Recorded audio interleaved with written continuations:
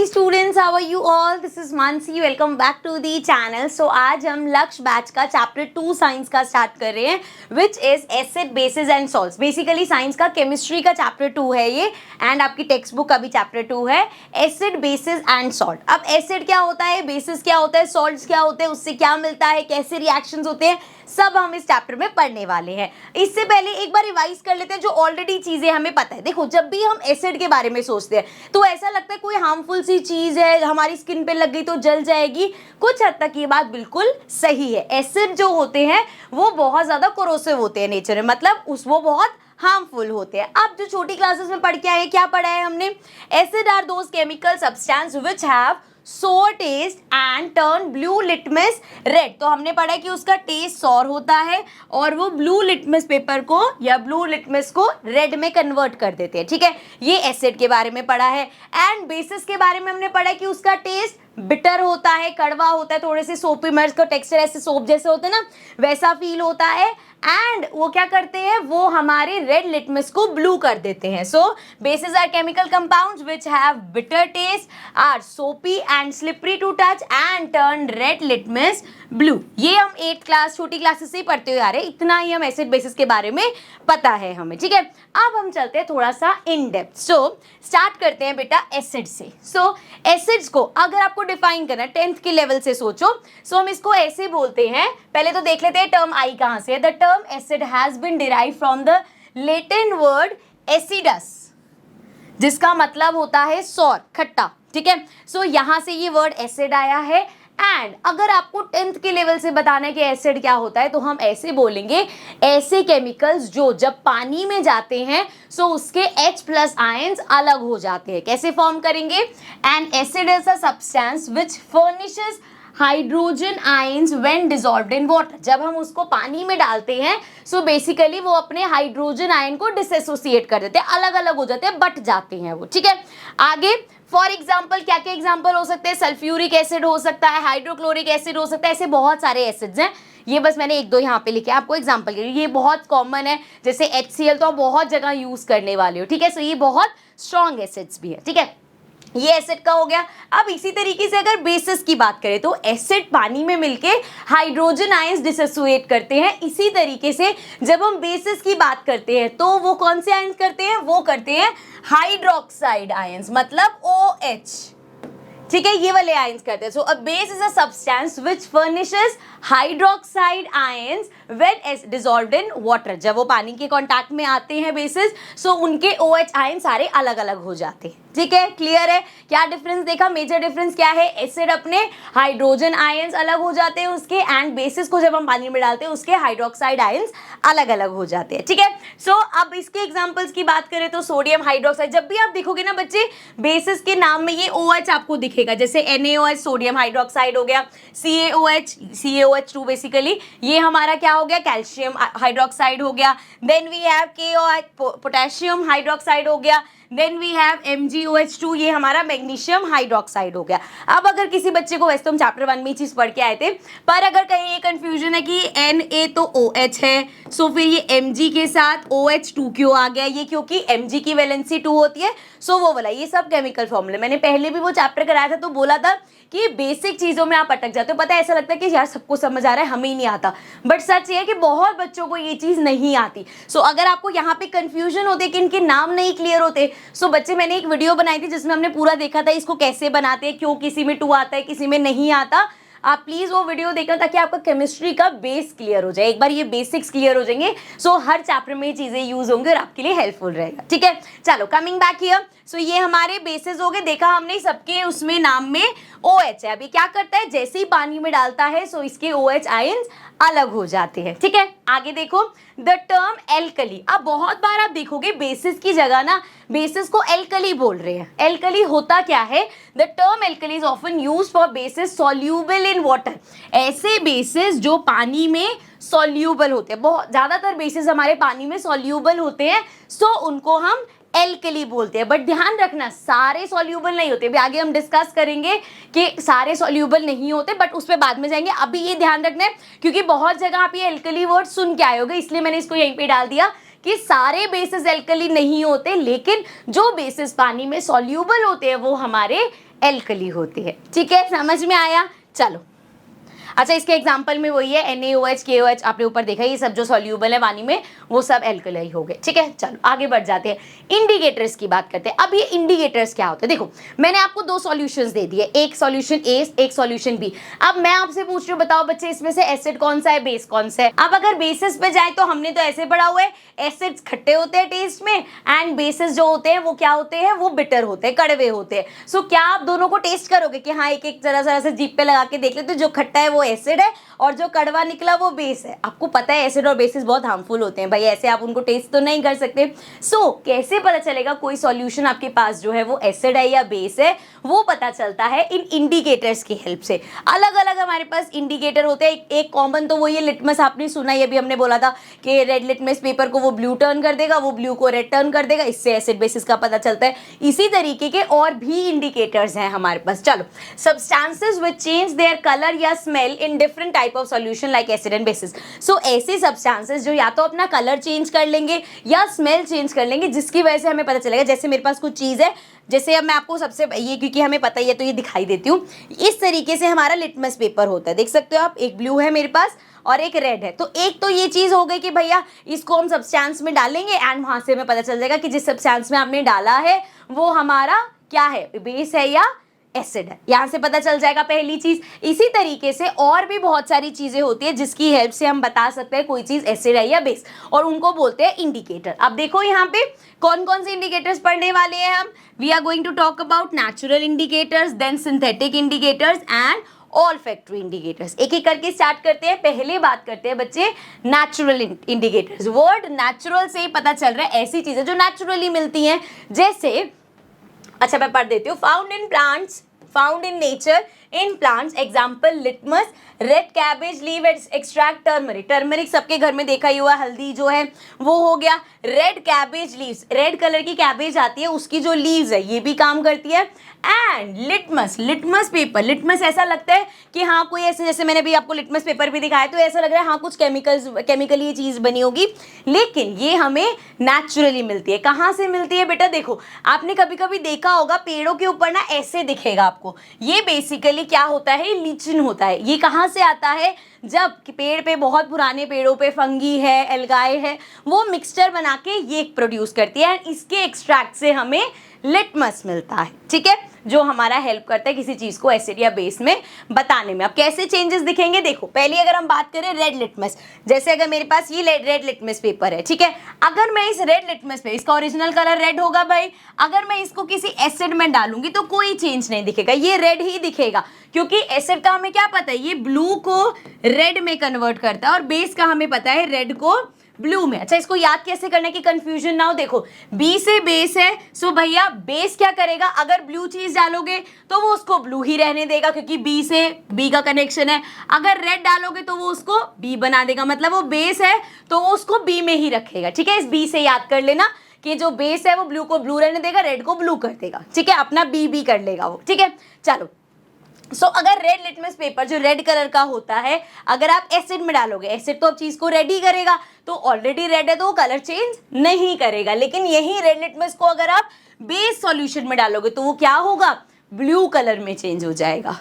Similarly अगर हम blue litmus की बात करें, सो अगर मेरे पास ये ब्लू लिटमस पेपर है, अब उसका कलर ऑलरेडी ब्लू है, अगर आप एसिड में डालोगे तो एसिड क्या करेगा, इसका कलर ब्लू होता है, एसिड में डालोगे वो इसको रेड कलर में। आपको दिख रहा है ये सब मेरे पास चीज़ें हैं, हम सब एक्सपेरिमेंटली भी समझेंगे चीज़ें, सारे एक्सपेरिमेंट्स करके अलग से उसके प्लेलिस्ट बनेंगे एंड आप एक्सपेरिमेंट्स की हेल्प से भी अच्छे से चीज़ों को समझ पाओगे। ठीक है, चलो अभी के लिए वापस आते हैं। अब आपने ब्लू लिटमस पेपर लिया जो ब्लू कलर का है, उसको जब आप बेस में डालोगे तो बेस का काम क्या होता है, वो तो चीज को ब्लू करेगा, अब जो पहले से ही ब्लू है उसको क्या ब्लू करेगा, सो ये नो चेंज। ठीक है, क्लियर। आगे टर्मरिक, टर्मरिक हल्दी हमारे घर में कौन से कलर की होती है बच्चे, येलो कलर की होती है, तो उसका नेचुरल कलर येलो है। अब अगर उस हल्दी में उसे मान लो एसिड की एक ड्रॉप डाली आपने, सो आपको कोई चेंज नजर नहीं आएगा, there would be no change. लेकिन जैसे ही आप वो किसी बेस के साथ कांटेक्ट में आएगा, सो वो रेडिश कलर में, बिल्कुल ब्लड कलर जैसा होता है ना वैसा हो जाएगा, रेडिश ब्राउन कलर में कन्वर्ट हो जाएगा।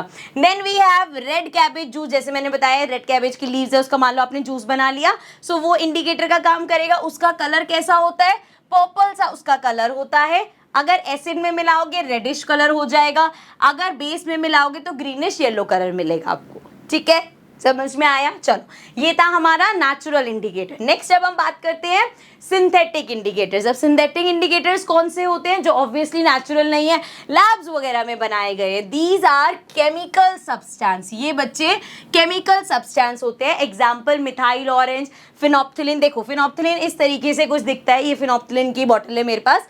यहाँ पे आप देख सकते हो उसका कोई कलर नहीं है, कलरलेस है। जैसे पानी कलरलेस होता है, ऐसे ये फिनोप्थिलिन भी हमारा कलरलेस होता है। एंड मिथाइल ऑरेंज जो होता है बच्चे, वो ऑरेंज कलर का होता है, उसका नाम ही मिथाइल ऑरेंज है। अब ये कैसे चेंजेस दिखाता है? देखो, अगर हम बात करें फिनोप्थिलिन की, अभी हमने देखा उसका ओरिजिनल कलर कैसा होता है, कलरलेस होता है। अगर आप किसी एसिड में इसको डालते हो तब कोई भी चेंज नहीं दिखेगा, कलरलेस ही रहेगा ये। लेकिन अगर ये बेस के कांटेक्ट में आएगा तो वो पिंक कलर में कन्वर्ट हो जाएगा।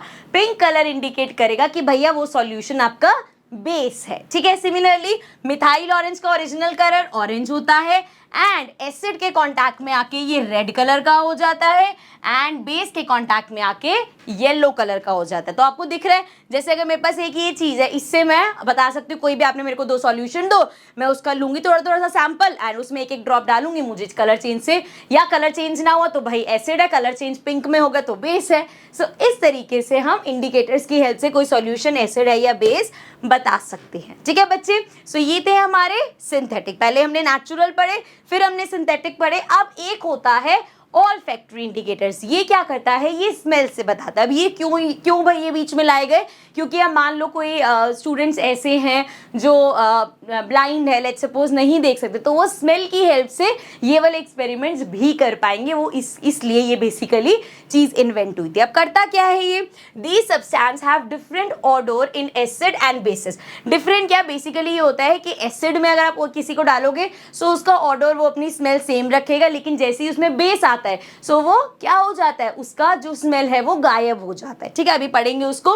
फॉर एग्जाम्पल अनियन है। अब आपको पता है, जब घर में आप अगर अनियन काट के देखोगे एंड उसको स्मेल करोगे, एक अजीब सी स्मेल आती है। उसको आप ऐसे नहीं कहते ये खुशबू आ रही है या बहुत गंदी स्मेल आ रही है, लेकिन एक अजीब सी उसकी स्मेल होती है ना। सो वो वहां पे इसको हम यूज करते हैं एज अ इंडिकेटर। ठीक है, सिमिलरली वनीला है, क्लोव है, ये सब चीजें हमारी क्या है? These are olfactory indicators. अब इसमें सिंपल रहते हैं, वनीला हो, अनियन हो, क्लोव हो, all are factory indicators. They in the presence of acidic solution retain their smell. मतलब अगर acidic solution उसमें ऐड हो रहा है तो उसकी स्मेल, जैसे अनियन की स्मेल ही रहेगी, कोई चेंज नहीं आएगा। while in the presence of basic solution, लेकिन अगर कोई बेसिक सॉल्यूशन है, they will lose their distinct smell. so उसमें से जो स्मेल आ रही है वो गायब हो जाएगी। जैसे अगर आपने बेस उसमें ऐड किया तो आप रियलाइज करोगे कि स्मेल आ ही नहीं रही। so that means वहां पे क्या होगा? जब भी एसिड है तो it will retain its smell, and अगर कोई बेस ऐड होगा तो जो स्मेल है वो वैनिश हो जाएगी। ठीक है, क्लियर? चलो आगे बढ़ जाते हैं बेटा। आगे अब हम बात करते हैं क्लासिफिकेशन ऑफ एसिड्स। क्या सारे एसिड्स एक जैसे होते हैं? क्या सभी एसिड सेम जगह से मिलते हैं? ऐसा नहीं होता, अलग अलग एसिड्स होते हैं। किस तरीके से इनको क्लासिफाई कर सकते हैं? सबसे पहले can classify it as organic acids and mineral acid. Organic word से पता चल रहा है ऑर्गेनिकली जो चीज मिली है। सो ऐसे एसिड्स जो हमें ऑर्गेनिकली मिलते हैं, जैसे acids that are derive from plants and animals. So plants और एनिमल्स से मिलने वाले acid are known as organic acid. जैसे नींबू है, नींबू कैसा है? प्लांट से मिलता है हमें। ठीक है, खट्टा सा उसका टेस्ट होता है एंड वो क्या है? एसिडिक है। सो सिट्रिक एसिड फ्रॉम फ्रूट। ठीक है, और भी बड़े सारे फ्रूट्स हैं हमारे, ऑरेंज है उसमें सिट्रिक एसिड होता है, ग्रेप्स में होता है। सो ये सारे के ये भी एक एसिड है, लेकिन नेचुरली मिला है, ऑर्गेनिक एसिड है ये। ठीक है, सिमिलरली मिनरल एसिड जो है ये हमारे क्या होते हैं? ये लैब्स में बनते हैं। They are man made acids. So mineral acids are man-made. They are inorganic acids such as sulfuric acid हो गया। हमारा जो HCl है वो भी हमारा मिनरल एसिड है, एंड ये बहुत ज़्यादा डेंजरस भी होते हैं। They are dangerous to be use, so need more precaution. जैसे सिट्रिक एसिड है, उसके साथ ऐसे नहीं भाई ग्लव्स पहन लो नहीं तो बहुत तेज लग जाएगा। सिट्रिक एसिड इतना हार्मफुल नहीं है, लेकिन when we talk about sulphuric acid या हाइड्रोक्लोरिक एसिड, भाई वो हमारे बहुत हार्मफुल एसिड्स है। So we have to be very careful. चलो अब एक अभी हमने पढ़ लिया ऑर्गेनिक और मिनरल। दूसरा है strong acids and weak acids. तो ये तो नाम से पता चल रहा है, स्ट्रॉन्ग एसिड्स वो हो गए जो बहुत स्ट्रॉन्ग है, वीक एसिड वो हो गए जो बहुत वीक है। लेकिन कैसे पता चलेगा कोई एसिड बहुत स्ट्रॉन्ग है और कोई एसिड बहुत वीक है? So again a strong acid is an acid that completely dissociates into ions in aqueous solution. That means अभी हमने डिस्कस किया कि जब हम किसी एसिड को पानी में डालते हैं सो उसके जो हाइड्रोजन आयंस है वो डिसोसिएट हो जाते हैं। लेकिन अगर कोई केमिकल या कोई ऐसा एसिड डाला जिसके आयंस कंप्लीटली डिसोसिएट हो गए, सारे कंप्लीटली अलग हो गए, दैट मीन्स वो एसिड बहुत स्ट्रॉन्ग एसिड है। इसी का ही उल्टा, अगर कोई एसिड आपने पानी में डाला एंड उसके सारे जो वो हैं हाइड्रोजन आयंस है वो सारे सेपरेट नहीं हो, मतलब वो कंप्लीटली डिसोसिएट नहीं हो रहा पानी में, सो वो एक वीक एसिड हो गया। ठीक है, पढ़ लेते हैं इसको। सो ये हमने पढ़ लिया। फॉर एग्जांपल सल्फ्यूरिक एसिड मैंने बताया, हाइड्रोक्लोरिक एसिड ये हमने डिस्कस किया पहले, ये बहुत स्ट्रॉन्ग एसिड्स है। अब जैसे HCl है, हाइड्रोक्लोरिक एसिड है, जब वो पानी के कांटेक्ट में आएगा तो उसका क्लोरीन पूरा अलग हो गया और हाइड्रोजन पूरा अलग हो गया। अब आप सोचोगे कि यार हाइड्रोजन अगर उसका अलग हुआ है तो इसको H3O क्यों लिखा है? अभी हम आगे वैसे डिस्कस करेंगे।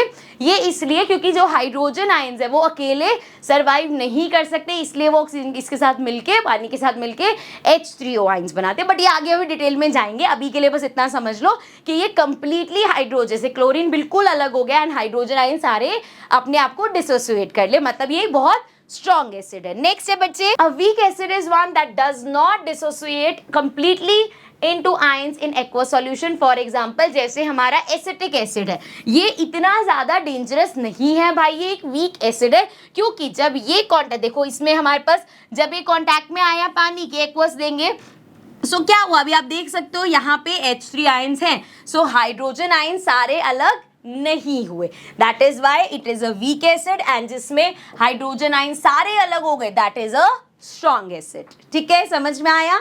चलो लास्ट देखते हैं, we have dilute acid and concentrated acid. अब ये डाइल्यूट क्या होता है और कंसंट्रेटेड क्या होता है? सिंपल वर्ड में देखो, HCl जैसा एक बड़ा स्ट्रॉन्ग एसिड है, जब भी हमें इसको यूज करना होता है ना बेटा, कभी भी ऐसा नहीं है कि आपने कोई एक्सपेरिमेंट करना है हाइड्रोक्लोरिक एसिड सी डाल दो, वो बहुत ज्यादा डेंजरस है, जैसे मैं बार बार बोल रही हूँ। सो यू कैन इमेजिन कि वो बहुत स्ट्रॉन्ग एसिड है। सो जब भी हमें हाइड्रोक्लोरिक एसिड यूज करना होता है, वी यूजली वाटर में उसको ऐड करके, और जब हम किसी चीज को पानी में ऐड करते हैं, जैसे रोअफ़ज़ा है, घर में आपने सबने देखा होगा रोअफ़ज़ा कितना थिक होता है, लेकिन जब हम उसको, जैसे मान लो इतना सा रोअफ़ज़ा डाला और उसमें इतना पानी डाल दिया, तो क्या करा हमने, वो जो रोअफ़ज़ा का सिरप था उसको हमने डाइल्यूट कर दिया। सो बेसिकली जब हम किसी चीज में पानी डाल देते हैं तो उसको डाइल्यूट कर देते हैं। अब यहाँ पे डाइल्यूट चलो समझ में आ गया, कंसंट्रेटेड क्या होता है? देखो अब जैसे दो बीकर्स है मेरे पास, ठीक है, दोनों में ही मान लो इतना इतना इतना इतना, इतना पानी भरा हुआ है। अब इसमें ऐसा मान लो कि इसमें मैंने 20 ml हाइड्रोक्लोरिक एसिड डाला है एंड इसमें मैंने 50 ml हाइड्रोक्लोरिक एसिड डाला है। सो आप यहाँ पे देख सकते हो पहले तो इनके कंसंट्रेशन से कि यहाँ पे ये कम डला है, ये ज्यादा डला है, ठीक है। एंड अगर इसको हम पानी से कंपेयर करें, मान लो चलो दोनों ही 100 ml थे, सो सिंपल है भाई, जो कम, जिसमें 20 डला है वो हमारा डाइल्यूट हो गया, जिसमें 50 डला है वो कंसंट्रेटेड हो गया। सिमिलरली आप इसको पानी से कंपेयर भी कर सकते हो कि आपके पास 50 ml वाटर था एंड उसमें आपने 70 ml एसिड डाल दिया, तो ये कैसा होगा, ये कंसंट्रेटेड एसिड होगा। एंड अगर आपके पास 50 ml पानी था, आपने उसमें 10 ml एसिड डाला है, तो ये हमारा डाइल्यूट फॉर्म होगी, क्योंकि इसमें पानी ज्यादा है, एसिड कम है। ठीक है, चलो रीड कर लेते हैं। The one which has low concentration of acid in an aqueous solution are known as dilute, जिसमें एसिड कम है वो डाइल्यूट है, and one which has high concentration of acid in its aqueous solution are known as concentrated। इसमें acid ज्यादा है, पानी बहुत कम है, सो वो एक concentrated acid हो गया। ठीक है, all acidic solution conduct electricity because of formation of ions in aqueous solution। अब हमें पता है जैसे ही हम किसी एसिड को पानी में डालते हैं, सो वो हाइड्रोजन आयंस बनाते हैं, तो वो आयंस की फॉर्मेशन की वजह से वो इलेक्ट्रिसिटी कंडक्ट करते हैं। ठीक है, they are good conductor of electricity and this goes same for the bases also. ठीक है, अब हमने यहाँ पे बात करी डाइल्यूट करने की, कंसंट्रेटेड डाइल्यूट की बात करी। सो द क्वेश्चन अराइज, हमेशा मैंने आपको भी बताया कि जब भी एसिड कोई स्ट्रॉन्ग एसिड यूज करना है हमेशा उसको पानी में डाइल्यूट करके फिर यूज करते हैं। तो ये एक क्वेश्चन अराइज होता है और जानना जरूरी है कि क्या हम एसिड को पानी में डालते हैं या पानी को, जैसे आपने एसिड लिया उसमें पानी डालोगे या पानी लेके उसमें एसिड डालोगे, क्या होगा? आपको लगेगा यार दोनों ही सेम है, चाहे एसिड को पानी में डालो चाहे पानी को एसिड में डालो, एक ही बात है। लेकिन ऐसा नहीं है, हम हमेशा एसिड को पानी में डालते हैं, ना कि पानी। जैसे आप ऐसा नहीं कि आपने यहाँ पे हाइड्रोक्लोरिक एसिड लिया उसमें पानी डाल दोगे, उससे होगा क्या बच्चे, वो इतना ज़्यादा एक्सोथर्मिक होगा, मतलब इतनी ज़्यादा उसमें हीट प्रोड्यूस होगी कि आपका ग्लास भी बर्स्ट हो सकता है एंड स्किन जल सकती है। तो कभी भी हम एसिड में पानी नहीं डालते। अब जब हम पानी में, जैसे ये पानी है इसमें एसिड डाल रहे हैं, तो क्या अब हीट प्रोड्यूस नहीं होगी? अभी भी हीट प्रोड्यूस होगी। इसमें पहली चीज तो कभी भी ऐसे नहीं कि भर के एसिड डाल दिया, हमेशा ड्रॉप बाय ड्रॉप एसिड डाला जाता है। एंड इससे होता क्या है, ये जो पानी है ना उस हीट को एब्जॉर्ब करता रहता है, इसलिए ड्रॉप बाय ड्रॉप और साथ साथ हिलाते रहते हैं ताकि उसको हीट को एब्जॉर्ब कर सके। ऐसे कर दोगे, अगर पानी लेके उसमें भर के एसिड डाल दोगे फिर से वही होगा, वो फट सकता है। ठीक है, सो हमेशा एसिड को पानी में डाला जाता है, इसको याद रखेंगे। A2W मतलब एसिड ए से होता है ना, सो ABCD वाइज ए पहले आता है, वाटर बाद, W बाद में आता है। तो एसिड को पानी में डाला जाता है, ना कि पानी को एसिड में, एंड हमेशा ड्रॉप बाय ड्रॉप डाला जाता है। ओके बच्चे, so it is advisable to add acid to water and not vice versa because a large amount of heat is release if water is added to acid, this release heat is large enough to cause harm. ठीक है, समझ में आ गया। सो मोटी मोटी बात क्या याद रखनी है कि हम एसिड को पानी में डालते हैं, ना कि पानी को एसिड में, एंड हमेशा एसिड को हम ड्रॉप बाय ड्रॉप पानी में डालते हैं। ठीक है बच्चे, चलो आगे बढ़ जाते हैं। आगे है हमारे पास क्लासिफिकेशन ऑफ बेसिस। अब जैसे हमने एसिड्स को क्लासिफाई किया ऐसे ही बेसिस को भी क्लासिफाई कर सकते हैं। Let's see how. Strong base and weak base. तो फिर से वही बात है, स्ट्रॉन्ग बेस मतलब बहुत स्ट्रॉन्ग होंगे, वीक बेस मतलब बहुत वीक होंगे। एंड देखा जाए ना तो जैसे हमने एसिड्स में पढ़ा सेम इसमें, जैसे हमने एसिड में देखा ऐसे एसिड्स जो पानी में जाके कंप्लीटली अपने आयंस को डिसोसिएट कर देते हैं वो स्ट्रॉन्ग एसिड होता है। इसी तरीके से जो बेस पानी में जाके कंप्लीटली अपने आप को डिसोसिएट कर देते हैं वो हमारे स्ट्रॉन्ग बेस होते हैं। जैसे कि अ strong base is one that dissociate completely into its ion in an aqueous solution, for example NaOH। Again इसके आयंस कौन से होते हैं? जब भी हम बेस के आयंस की बात करते हैं हम OH आयंस की बात करते हैं, जब भी हम एसिड के आयंस की बात करते हैं बच्चे हम हमेशा हाइड्रोजन आयंस की बात करते हैं। ठीक है, क्लियर ये बात? चलो सिमिलरली वीक इसका ऑपोजिट हो गया। Weak base is one that does not dissociate completely into its ion in aqueous solution, for example ammonium hydroxide हमारा है वो अपने आयंस को कंप्लीटली डिसोसिएट नहीं करता, देयरफॉर वो एक वीक बेस है। ठीक है, क्लियर हो गया? चल आगे बढ़ जाते हैं। आगे है बच्चे हमारे पास dilute base and concentrated base. Same चीज है बच्चे, पानी को, अच्छा ये चीज भी ध्यान रखना, हमेशा हमें ऐसा लगता है जब हम एसिड सुनते हैं एसिड डेंजरस होते हैं। बेसिस को ऐसा नहीं है कि वो पानी की तरह हाथ वाथ पे लगाते रहो कुछ भी करते रहो, बेसिस भी स्ट्रॉन्ग और वीक होते हैं, अभी हमने पढ़ा। सो बेसिस को भी जब हम यूज करते हैं हम उनको डाइल्यूट करते हैं। सो अगर पानी ज्यादा है बेस कम है तो वो डाइल्यूट बेस है, अगर पानी कम है बेस बहुत ज्यादा है तो वो कंसंट्रेटेड बेस हो गया। ठीक है, एक बार पढ़ देती हूं मैं। The solution which has low concentration of base in an aqueous solution is dilute base and a solution which has high concentration of base in an aqueous solution is known as concentrated base. ठीक है, clear, समझ में आ गया? चलो भाई आगे बढ़ जाते हैं।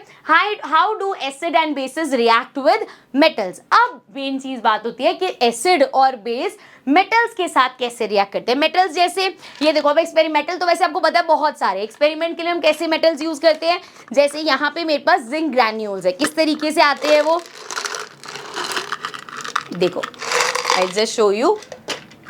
देखो इस तरीके से दिख रहा है, हाँ ऐसे दिख रहा होगा, इस तरीके से हमारे जिंक ग्रैन्यूल्स आते हैं। अब इसका अगर हम एसिड के साथ और बेस के साथ रिएक्शन कराएंगे तो क्या होता है, लेट्स अंडरस्टैंड। और सिर्फ जिंक ही नहीं, बहुत सारे हैं आपके पास मेटल, मैग्नीशियम हो गया, ऐसे बहुत सारे मेटल्स। ठीक है, चलो अब पहली बात करते हैं एसिड की। तो जब भी हम एसिड का रिएक्शन किसी भी मेटल के साथ कराते हैं बच्चे, सो उस रिएक्शन में हमें सॉल्ट मिलता है एंड हाइड्रोजन गैस रिलीज होती है। क्या देखा हमने, जब भी किसी एसिड का रिएक्शन आप किसी मेटल के साथ कराओगे सॉल्ट मिलेगा और हाइड्रोजन गैस लीक होगी। जैसे कि मैग्नीशियम एक मेटल है, H2SO4 हमारा एसिड है, ये 4 नीचे आएगा। एंड जब भी इनका रिएक्शन होगा, हाइड्रोजन गैस तो मिली ही, साथ में मैग्नीशियम सल्फेट मिला, ये हमारा सॉल्ट हो गया बच्चे, एंड ये हमारी गैस निकली एंड ये रिएक्शन हो गया। सो क्या याद रखना है, whenever there is a reaction between acid and a metal, हमेशा हाइड्रोजन गैस रिलीज होगी। गैस ध्यान रखना है, हाइड्रोजन गैस रिलीज होगी एंड एक सॉल्ट मिलेगा, ठीक है। अब ये बताओ, जैसे चलो अब आप तो पढ़ रहे हो बुक्स में, ये कैसे पता चला कि ये जो गैस निकल रही है ये हाइड्रोजन गैस है। हाइड्रोजन गैस को टेस्ट करने के लिए भी हमारे पास एक चीज होती है, पहले ये ले लेते हैं। Acid give hydrogen gas along with respective salt when they react with a metal. ये हमारा इसका बेसिकली एक्सप्लेनेशन हो गया। आपको ये लग रहा होगा कि मैम ये आप पढ़ के क्यों सुनाते हो, ये तो हम खुद भी पढ़ लेंगे या खुद भी हो जाएगा। ये इसलिए मैंने पढ़ के यहाँ पे लिखी हुई है लाइंस और पढ़ के सुना रही हूँ, बिकॉज क्या होता है ना बच्चे, मैं आपको समझा के चली जाऊंगी। जैसे मैंने बता दिया एसिड और मेटल का रिएक्शन क्या, ये आया, बट कभी कभी क्या होता है ना, एग्जाम में जब हम बैठते हैं और जब हमें आंसर फॉर्म करने तो समझ नहीं आते।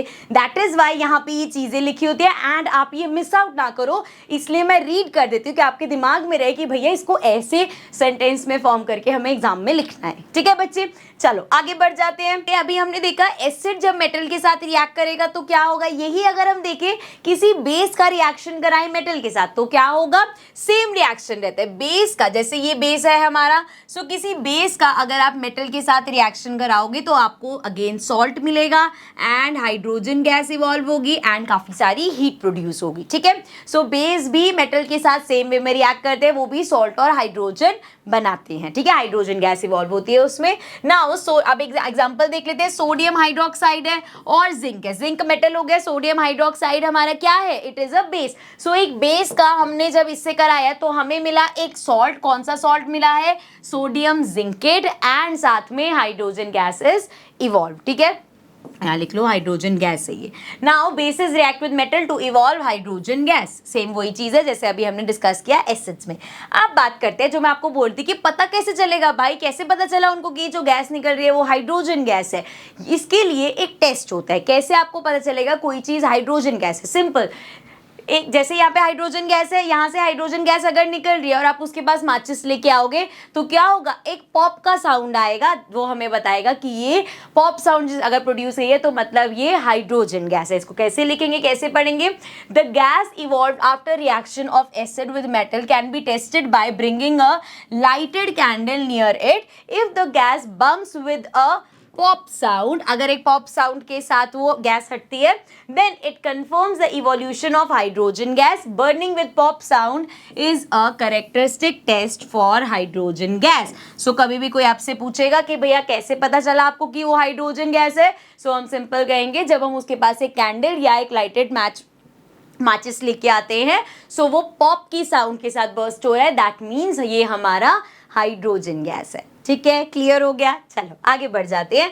नेक्स्ट देखते हैं हम, how do metal carbonates and metal hydrocarbonates react with acid, ठीक है। अभी हमने देखा एसिड के साथ और बेस के साथ हमारे जो मेटल्स है वो कैसे रिएक्ट करते हैं। अब हम बात कर रहे हैं अगर कोई मेटल कार्बोनेट है या मेटल हाइड्रोकार्बोनेट है वो कैसे रिएक्ट करेगा। इस केस में भी सॉल्ट तो प्रोड्यूस होगा ही, साथ में यहाँ पे कार्बन डाइऑक्साइड गैस मिलेगी। सो मेटल कार्बोनेट या मेटल हाइड्रोकार्बोनेट एसिड के साथ रिएक्ट करके सॉल्ट बनाते हैं and carbon dioxide gas release होती है और साथ में वाटर, ठीक है। पढ़ें जरा, जैसे यहाँ पे है NaCO3, ये क्या है हमारा सोडियम कार्बोनेट, और ये क्या है NaHCO3 मतलब सोडियम हाइड्रोजन कार्बोनेट। दोनों ही जब रिएक्ट कर रहे हैं, यहाँ पे देखो HCl एसिड के साथ रिएक्शन कराया हमने, सो यहाँ पे मिला हमें NaCl। NaCl क्या होता है, सोडियम क्लोराइड, जो ये हमारा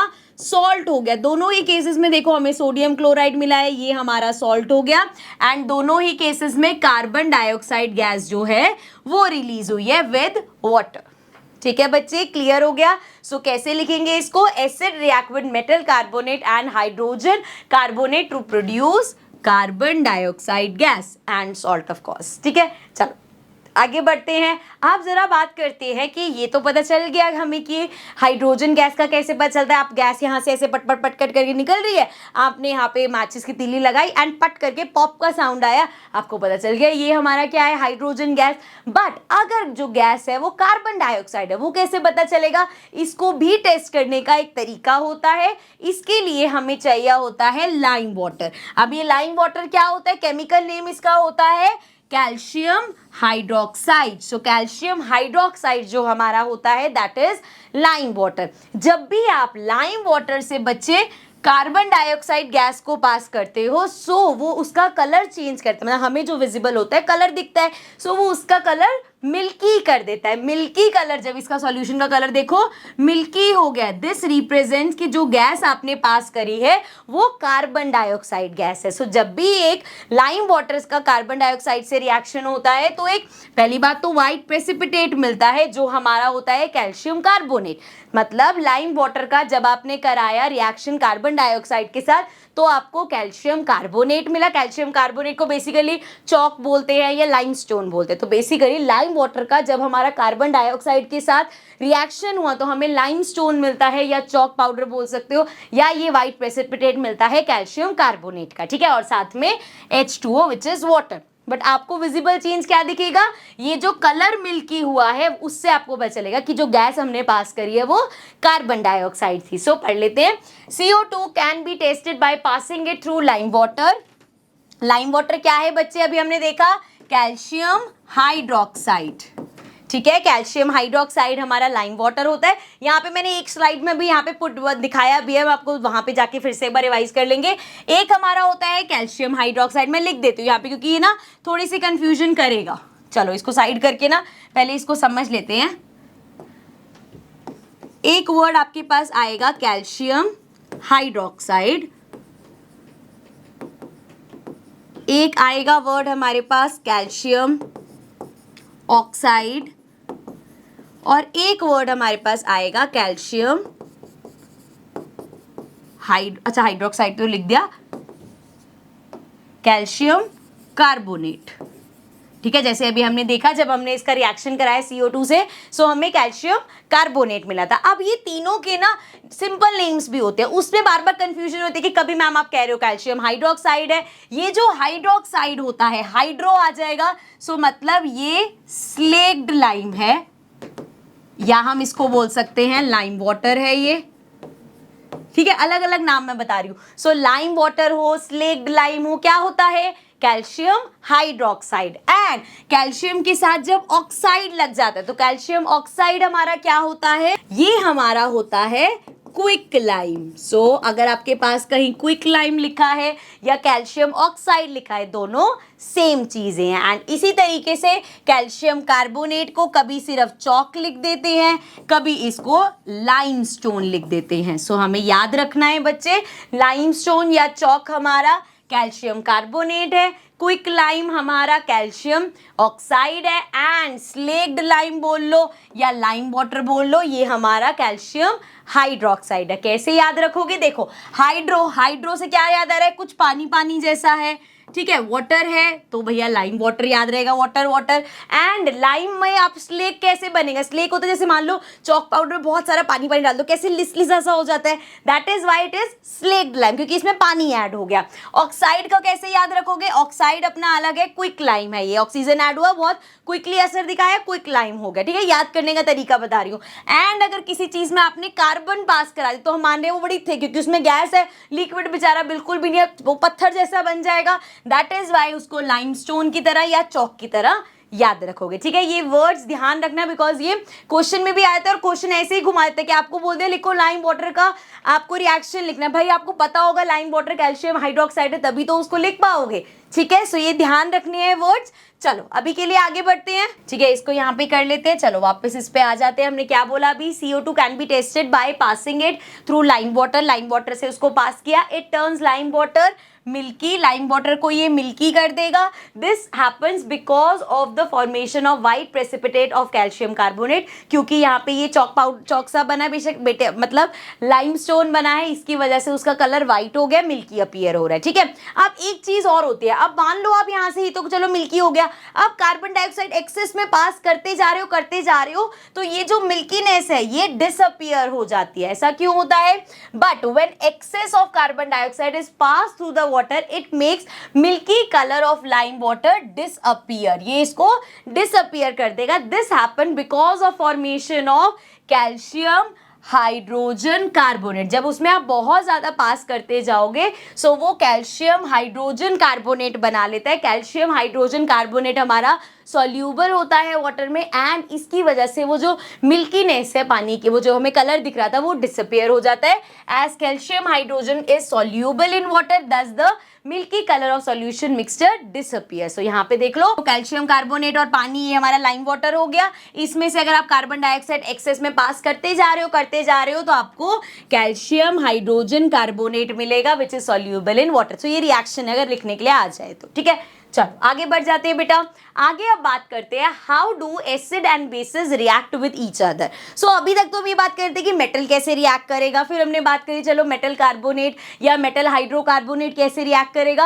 अब हम यहाँ पे बात करते हैं कि अगर भाई साहब आपका एसिड और बेसिस का ही रिएक्शन करा दे तो क्या होगा? क्या बहुत बड़ा एक्सप्लोजन हो जाएगा? नहीं, ऐसा कुछ नहीं होगा। जब हम एक एसिड और बेस को मिलाते हैं सो उसको हम बोलते हैं neutralization reaction. Basically acid base को कभी कभी ओवरपावर कर देगा एंड बेस जो है उसके एसिड के एसिडिक नेचर को ओवरपावर कर देगा, तो वो न्यूट्रलाइज कर देता है। इसीलिए इस रिएक्शन को न्यूट्रलाइजेशन रिएक्शन बोलते हैं। एंड इसमें हमें क्या मिलता है? We just get a salt and water. ठीक है, सो जब भी एक एसिड बेस के साथ रिएक्ट करेगा सो आपको सॉल्ट मिलेगा और साथ में वाटर मिलेगा। जैसे NaOH है हमारा, ये एक स्ट्रॉन्ग बेस है, HCl है, ये हमारा एक स्ट्रॉन्ग एसिड है। तो एक स्ट्रॉन्ग बेस का हमने एक स्ट्रॉन्ग एसिड के साथ रिएक्शन कराया, हमें मिला NaCl which is our common salt. मतलब ये जो सॉल्ट मिला है ये न्यूट्रल है। अच्छा, ये होता क्या है? अच्छा, NaCl कॉमन सॉल्ट जो हम घर में नमक यूज करते हैं वो है ये। सो NaCl मिलता है एंड साथ में पानी मिलता है। ठीक है, सो एक बार रीड कर लेते हैं। Reaction of acid and bases with each other to give salt and water are called neutralization. Question आ जाता है कि एसिड और बेसिस के रिएक्शन को क्या बोलते हैं? उसको हम न्यूट्रलाइजेशन रिएक्शन बोलते हैं। ठीक है बच्चे, चलो आगे बढ़ जाते हैं। अब देखो, जब एक स्ट्रॉन्ग एसिड और एक वीक बेस रिएक्ट करते हैं, एसिड स्ट्रॉन्ग है, जो हमारा बेस है वो वीक है, सो जो सॉल्ट मिलेगा वो आपको एसिडिक मिलेगा। ऑब्वियसली एसिड स्ट्रॉन्ग है तो एसिडिक कैरेक्टरिस्टिक्स आ गई उसमें। इसी तरीके से अगर एसिड वीक है और बेस स्ट्रॉन्ग है तो आपको बेसिक सॉल्ट मिलेगा। अब भाई एसिड वीक था, बेस हमारा स्ट्रॉन्ग था, तो इसका नेचर कैसा हो गया? बेसिक नेचर हो गया।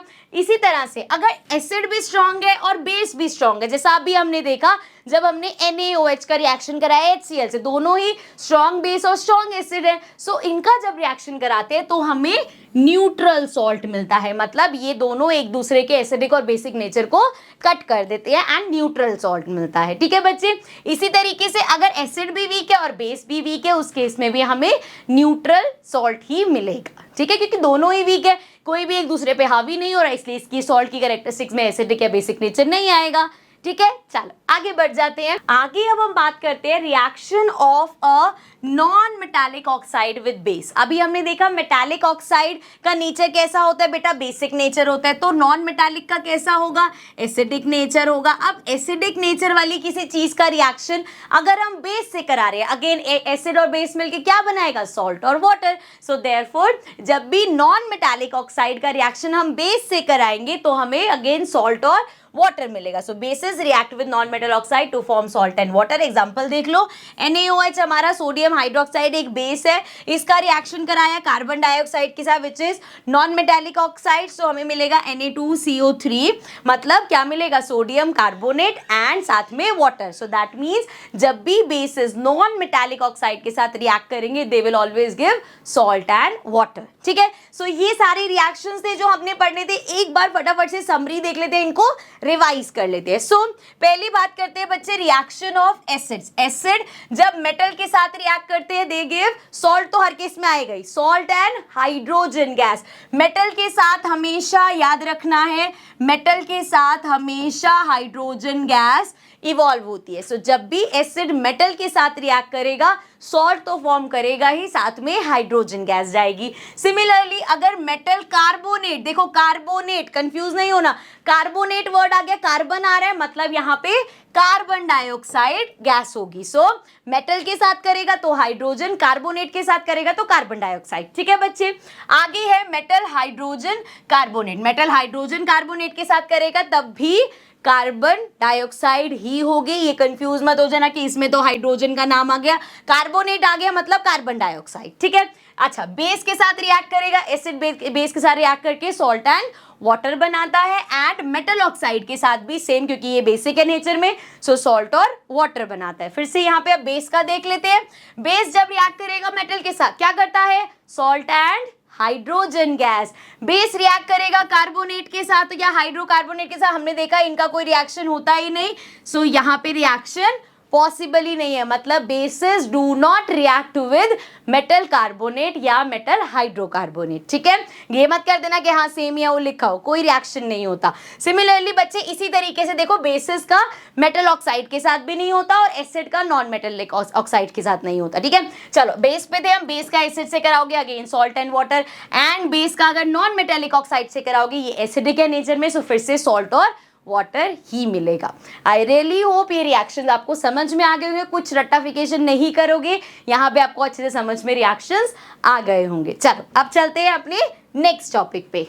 नेक्स्ट है हमारे पास what do all acids and all base have in common. अब इस क्वेश्चन को आप दो तरीके से देख सकते हो। पहला आपसे ये पूछा गया है कि सभी एसिड्स में क्या कॉमन है और सभी बेसिस में क्या कॉमन है। एक आप इसको इस तरीके से देख सकते हो कि एसिड और बेसिस में क्या कॉमन है। सो मैं आपको दोनों तरीके बताती हूँ। अगर क्वेश्चन में सिर्फ ऐसा है कि आप बताओ कि सभी एसिड्स में क्या कॉमन है, तो सब एसिड्स में क्या हो भैया, जो उनकी कॉमन प्रॉपर्टी है, सारे ही सौर होते हैं टेस्ट में, एंड इनका जब हम पानी में रिएक्शन कराते हैं तो इनके हाइड्रोजन आयंस अलग हो जाते हैं। सो ये जो भी एसिडिक नेचर है वो सबका सेम ही रहेगा। सिमिलरली अगर हम बात करें सारे बेसिस में क्या सेम होता है, सो भैया वो बिटर होते हैं टेस्ट में, एंड वही लिटमस वाला भी डाल सकते हो कि वो क्या करते हैं, रेड लिटमस को ब्लू कर देते हैं, या हम सिंपल इनको कह सकते हैं कि जब वो पानी के कांटेक्ट में आते हैं तो उनके OH आयंस अलग हो जाते हैं, मतलब हाइड्रोक्साइड आयंस अलग हो जाते हैं। तो ये चीजें हो गई सभी एसिड्स में कॉमन और सभी बेसिस में common.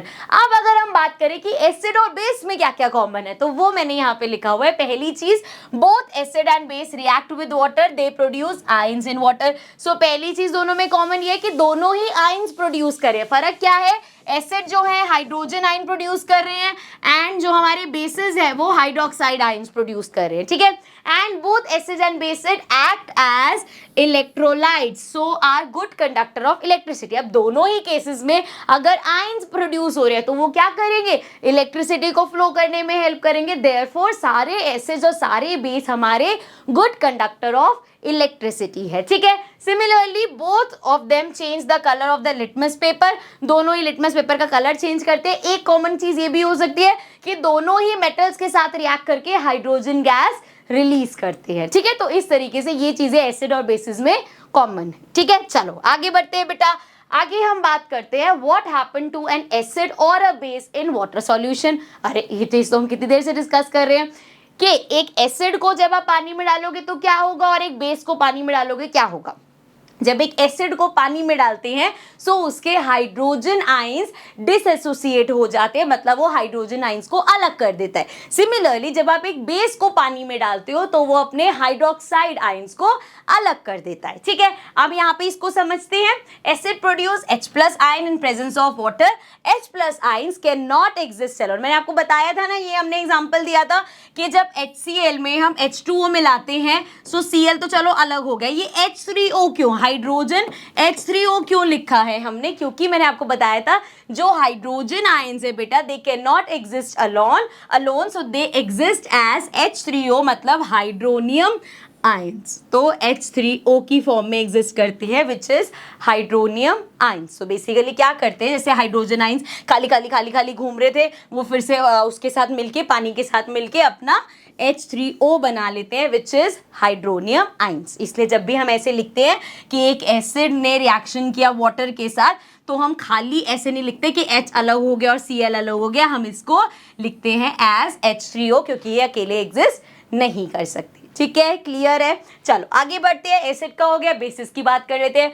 Basis when dissolved in water give OH ions. ये बेचारे हमारे OH आयंस देते हैं। जैसे NaOH का अगर आपने रिएक्शन कराया H2O से, सो आप देखोगे Na अलग हो गया, OH आयंस अलग हो गए। सिमिलरली मैग्नीशियम ऑक्साइड का, सॉरी मैग्नीशियम हाइड्रोक्साइड का करा लो, सेम, पानी से रिएक्शन हुआ, मैग्नीशियम अलग, OH आयंस अलग हो गए। ठीक है, आप येलो बॉक्स में फिर आप कहोगे मैम सेम चीज बता रहे हो, यहाँ पे ये लिखा है कि जो बेसिस पानी में सॉल्यूबल होते हैं उनको हम बोलते हैं एल्कली। ठीक है, ये तो हम पढ़ के आए हैं, लेकिन but all bases are not alkali. सारे बेसिस एल्कली नहीं होते। जैसे कि so many bases do not dissolve in water, जो पानी में डिसॉल्व नहीं होते वो कौन से हैं? Basis like ferric hydroxide, cupric hydroxide are not soluble in water, hence they are not alkali, thus we can say that all। ध्यान से देखना, ये ना, ये ऐसी जो मैं लाइन बोलने वाली हूँ ना, ये आपके assertion reasoning के क्वेश्चन में आ जाती है। all alkalis are bases but all bases are not alkali। that means अगर किसी चीज को मैं बोल रही हूँ ये alkali है, मतलब वो एक बेस है, लेकिन अगर मैं बोल रही हूँ ये बेस है, तो भैया अगर वो soluble है पानी में तो alkali है, अदरवाइज नहीं। जैसे फॉर एग्जाम्पल अभी हमने देखा फेरिक हाइड्रोक्साइड। अब फेरिक हाइड्रोक्साइड की जब आप बात करोगे, वो बेस तो है लेकिन वो पानी में सॉल्यूबल नहीं है, इसलिए वो एल्कली नहीं है। इसलिए सारे बेसिस एल्कली नहीं होते, लेकिन अगर किसी चीज को आप एल्कली बोल रहे हो, दैट मीन्स सारे एल्कलीज हमारे बेसिस होते हैं एंड नॉट वाइस वर्सा। ठीक है, आई होप ये समझ में आ रहा होगा, नहीं तो वीडियो को पीछे करना, समझ में आएगा। 4 बार रिपीट करूँ इसलिए मैम को क्या हो गया, एक ही चीज बोली जा रही। ठीक है, चल आगे बढ़ जाते हैं। नेक्स्ट हम बात करेंगे बच्चे, हाउ स्ट्रॉन्ग आर एसिड और बेस सॉल्यूशन। तो हमने पहले चलो ये बात तो कर ली कि स्ट्रॉन्ग एसिड्स होते हैं, स्ट्रॉन्ग बेस होते हैं, स्ट्रॉन्ग वीक एसिड्स होते हैं, वीक बेस होते हैं। बट कोई भी एसिड कितना स्ट्रॉन्ग है या कितना वीक है या कम वीक है, कम स्ट्रॉन्ग है, कम कैसा है, मतलब कितना उसकी स्ट्रेंथ है, ये कैसे पता चलेगा? कैसे आप, जैसे मैंने कुछ तो आपको बता दिया, हाइड्रोक्लोरिक एसिड हमेशा मैं बोलती हूँ कि वो भैया बहुत ज्यादा स्ट्रॉन्ग एसिड है। ठीक है, एसिटिक एसिड की बात करते तो हम बोलते हैं, सिट्रिक एसिड की बात करते हैं कि वो ज्यादा स्ट्रॉन्ग नहीं है। बट कोई कितना ज्यादा उसकी स्ट्रेंथ है या कितना कम स्ट्रेंथ है, ये आप कैसे बताओगे, कैसे बताएंगे? So strength of an acid और base depends on the number of H+ और OH ions produce by them respectively. So ये तो हमने वैसे भी पढ़ा था जब हमने स्ट्रॉन्ग एसिड की बात करते, हमने कहा था जितने ज्यादा अगर उसके पानी में जाती सारे आइंस फैल जाते हैं, मतलब वो बहुत स्ट्रॉन्ग एसिड है। अगर उसके ज़्यादा हाइड्रोजन आइंस नहीं फैले, मतलब वो वीक एसिड है। दैट मीन्स जितने ज़्यादा उसने हाइड्रोजन आइंस प्रोड्यूस करे उतना वो स्ट्रॉन्ग हो गया। सिमिलरली बेस की बात करते, जितने ज़्यादा वो OH आइंस प्रोड्यूस कर रहा है उतना स्ट्रॉन्ग हो गया, एंड जितने कम OH आइंस प्रोड्यूस कर रहा है उतना ही वो वीक बेस हो गया। ठीक है, ये तो उसका बेसिक चीज़ होगी। बट अच्छा, यहाँ पे एक बार फिर से ये चीज पढ़ लेते हैं। Larger the number of H+ ion produce by N acid, stronger is the acid. Similarly larger the number of OH ion produce by base, stronger is the base. ठीक है, ये तो लिखने का तरीका हो गया। बट अगेन बात तो सारी वही है कि कैसे, कितना, कोई कितना स्ट्रॉन्ग है, कितना, ये ना बताओगे कैसे? आप चेक थोड़ी करोगे, देखो भैया इसने कितने हाइड्रोजन आयन छोड़े, इसने कितने, मतलब इसको चेक कैसे करोगे? जैसे हम बोल रहे थे कोई चीज एसिड है या बेस, इंडिकेटर की हेल्प से। मतलब एक और कोई इंडिकेटर है जो कि जिसके बारे में हम बात करेंगे, और उस इंडिकेटर को हम बोलते हैं pH स्केल। आप यहाँ पे देख सकते हो, ये pH स्केल होता है जिसमें 0 से लेके 14 तक नंबर्स दिख रहे हैं आपको, और अलग अलग कलर्स दिख रहे हैं। अब इसमें ये जो 7 नंबर पे है बच्चे, दिस इज न्यूट्रल, ये न्यूट्रल है। 7 से जितने नीचे हैं एसिडिक है, 7 से जितने ऊपर हैं बेसिक है। इसमें भी कोई अगर 6 है तो वो कम एसिडिक है, 5 है ज्यादा एसिडिक, 4 और ज्यादा, 3 और ज्यादा, 2 और ज्यादा, 1 और ज्यादा, और अगर कोई 0 आ रहा है तो मतलब वो बहुत ज्यादा एसिडिक है। सिमिलरली बेस 8 ठीक है, नॉर्मल बेस है, 9 पे बेस बढ़ गया। सो इसका बेसिक नेचर बढ़ते बढ़ते, मतलब अगर कोई 14 है सो वो बहुत ज्यादा बेसिक है। ठीक है, मतलब वो स्ट्रॉन्ग बेस है। ठीक है बच्चे, सो जितना कम होगा उतने ज्यादा यहाँ पे हमारा एसिडिक होगा, एंड जितना ज्यादा होगा उतना ज्यादा वो बेसिक होगा। ठीक है, चलो इसको पढ़ लेते हैं। So a scale that is used for measuring the strength of acids and bases in a solution is known as pH scale. So एक ऐसा स्केल जो हमें हेल्प करता है ये बताने में कि कोई एसिडिक सॉल्यूशन कितना स्ट्रांग है या कोई बेसिक सॉल्यूशन कितना स्ट्रांग है या वो न्यूट्रल है, वो हमें बताता है पीएच स्केल। अब यहाँ पे ध्यान से समझना, the P in the pH stands for potence which is in German meaning power. So basically ये जो पीएच है इसमें पी तो हमारा हो गया पावर एंड एच की जब हम बात करते हैं and H stands for hydrogen ions, ये हो गया हाइड्रोजन। अब चलो इसमें ये तो समझ आ रहा है, हाँ हाइड्रोजन आइंस हमारा एसिड से रिलेटेड है। सो बेसिकली क्या करेगा, मैं आपको थोड़ा सा समझाती हूँ, ये जो हमने लिखा है वो बाद में डिस्कस करेंगे। जब हम बात करते हैं पीएच स्केल की, वो क्या करता है, वो ये चेक करता है कितनी पावर ऑफ हाइड्रोजन आइंस है। अब आप सोचोगे कि अगर वो हाइड्रोजन आइंस को चेक कर रहा है, जैसे एक सॉल्यूशन है इसमें बहुत सारे हमारे पास हाइड्रोजन आइंस है, मतलब ये एक स्ट्रॉन्ग है, यहाँ पे क्या है एसिड, मतलब मान लो कोई एसिड डालो उसने अपने हाइड्रोजन आइंस अलग कर दिए, तो चलो एसिड चीज का तो बता पाओगे, लेकिन जब हम किसी बेस चीज की बात करेंगे वो तो पानी में जाके क्या करेगा, OH आइंस प्रोड्यूस करता है। सो यहाँ पे कैसे आप पीएच स्केल से बता पाओगे, क्योंकि बच्चे जब एक बेस जाता है वो OH आइंस तो बनाता है, साथ में हाइड्रोजन आइंस भी बनाता है, बट हाइड्रोजन आइंस बहुत कम होते हैं। सो पीएच स्केल इसी हिसाब से बताएगा। मान लो अगर भैया इसमें सिर्फ एक ही हाइड्रोजन आइन उसको मिला तो मतलब ये बहुत, यहाँ पे ये हमारा बहुत स्ट्रॉन्ग बेस हो जाएगा, क्योंकि इसमें OH आइंस बहुत ज्यादा है लेकिन हाइड्रोजन आइन बहुत कम है। इसी तरीके से अगर कोई बेस है जिसमें OH भी है, OH भी है एंड थोड़े से हाइड्रोजन भी है, तो मतलब ये थोड़ा सा वीक बेस है, क्योंकि इसमें अभी हाइड्रोजन आइंस भी है एंड OH आइंस कम बने हैं। सो वो बेसिकली सिर्फ हाइड्रोजन आइंस का कंसंट्रेशन देख रहा है, जितना ज्यादा हाइड्रोजन आइंस का कंसंट्रेशन है मतलब उतना ही ज्यादा हमारी चीज एसिडिक है। इसको दोबारा से समझते हैं, हाइड्रोजन का कंसंट्रेशन जितना ज्यादा है उतनी ही हमारी चीज एसिडिक है एंड पीएच स्केल में उसकी वैल्यू उतनी ही कम है। समझ रहे हो इस बात को?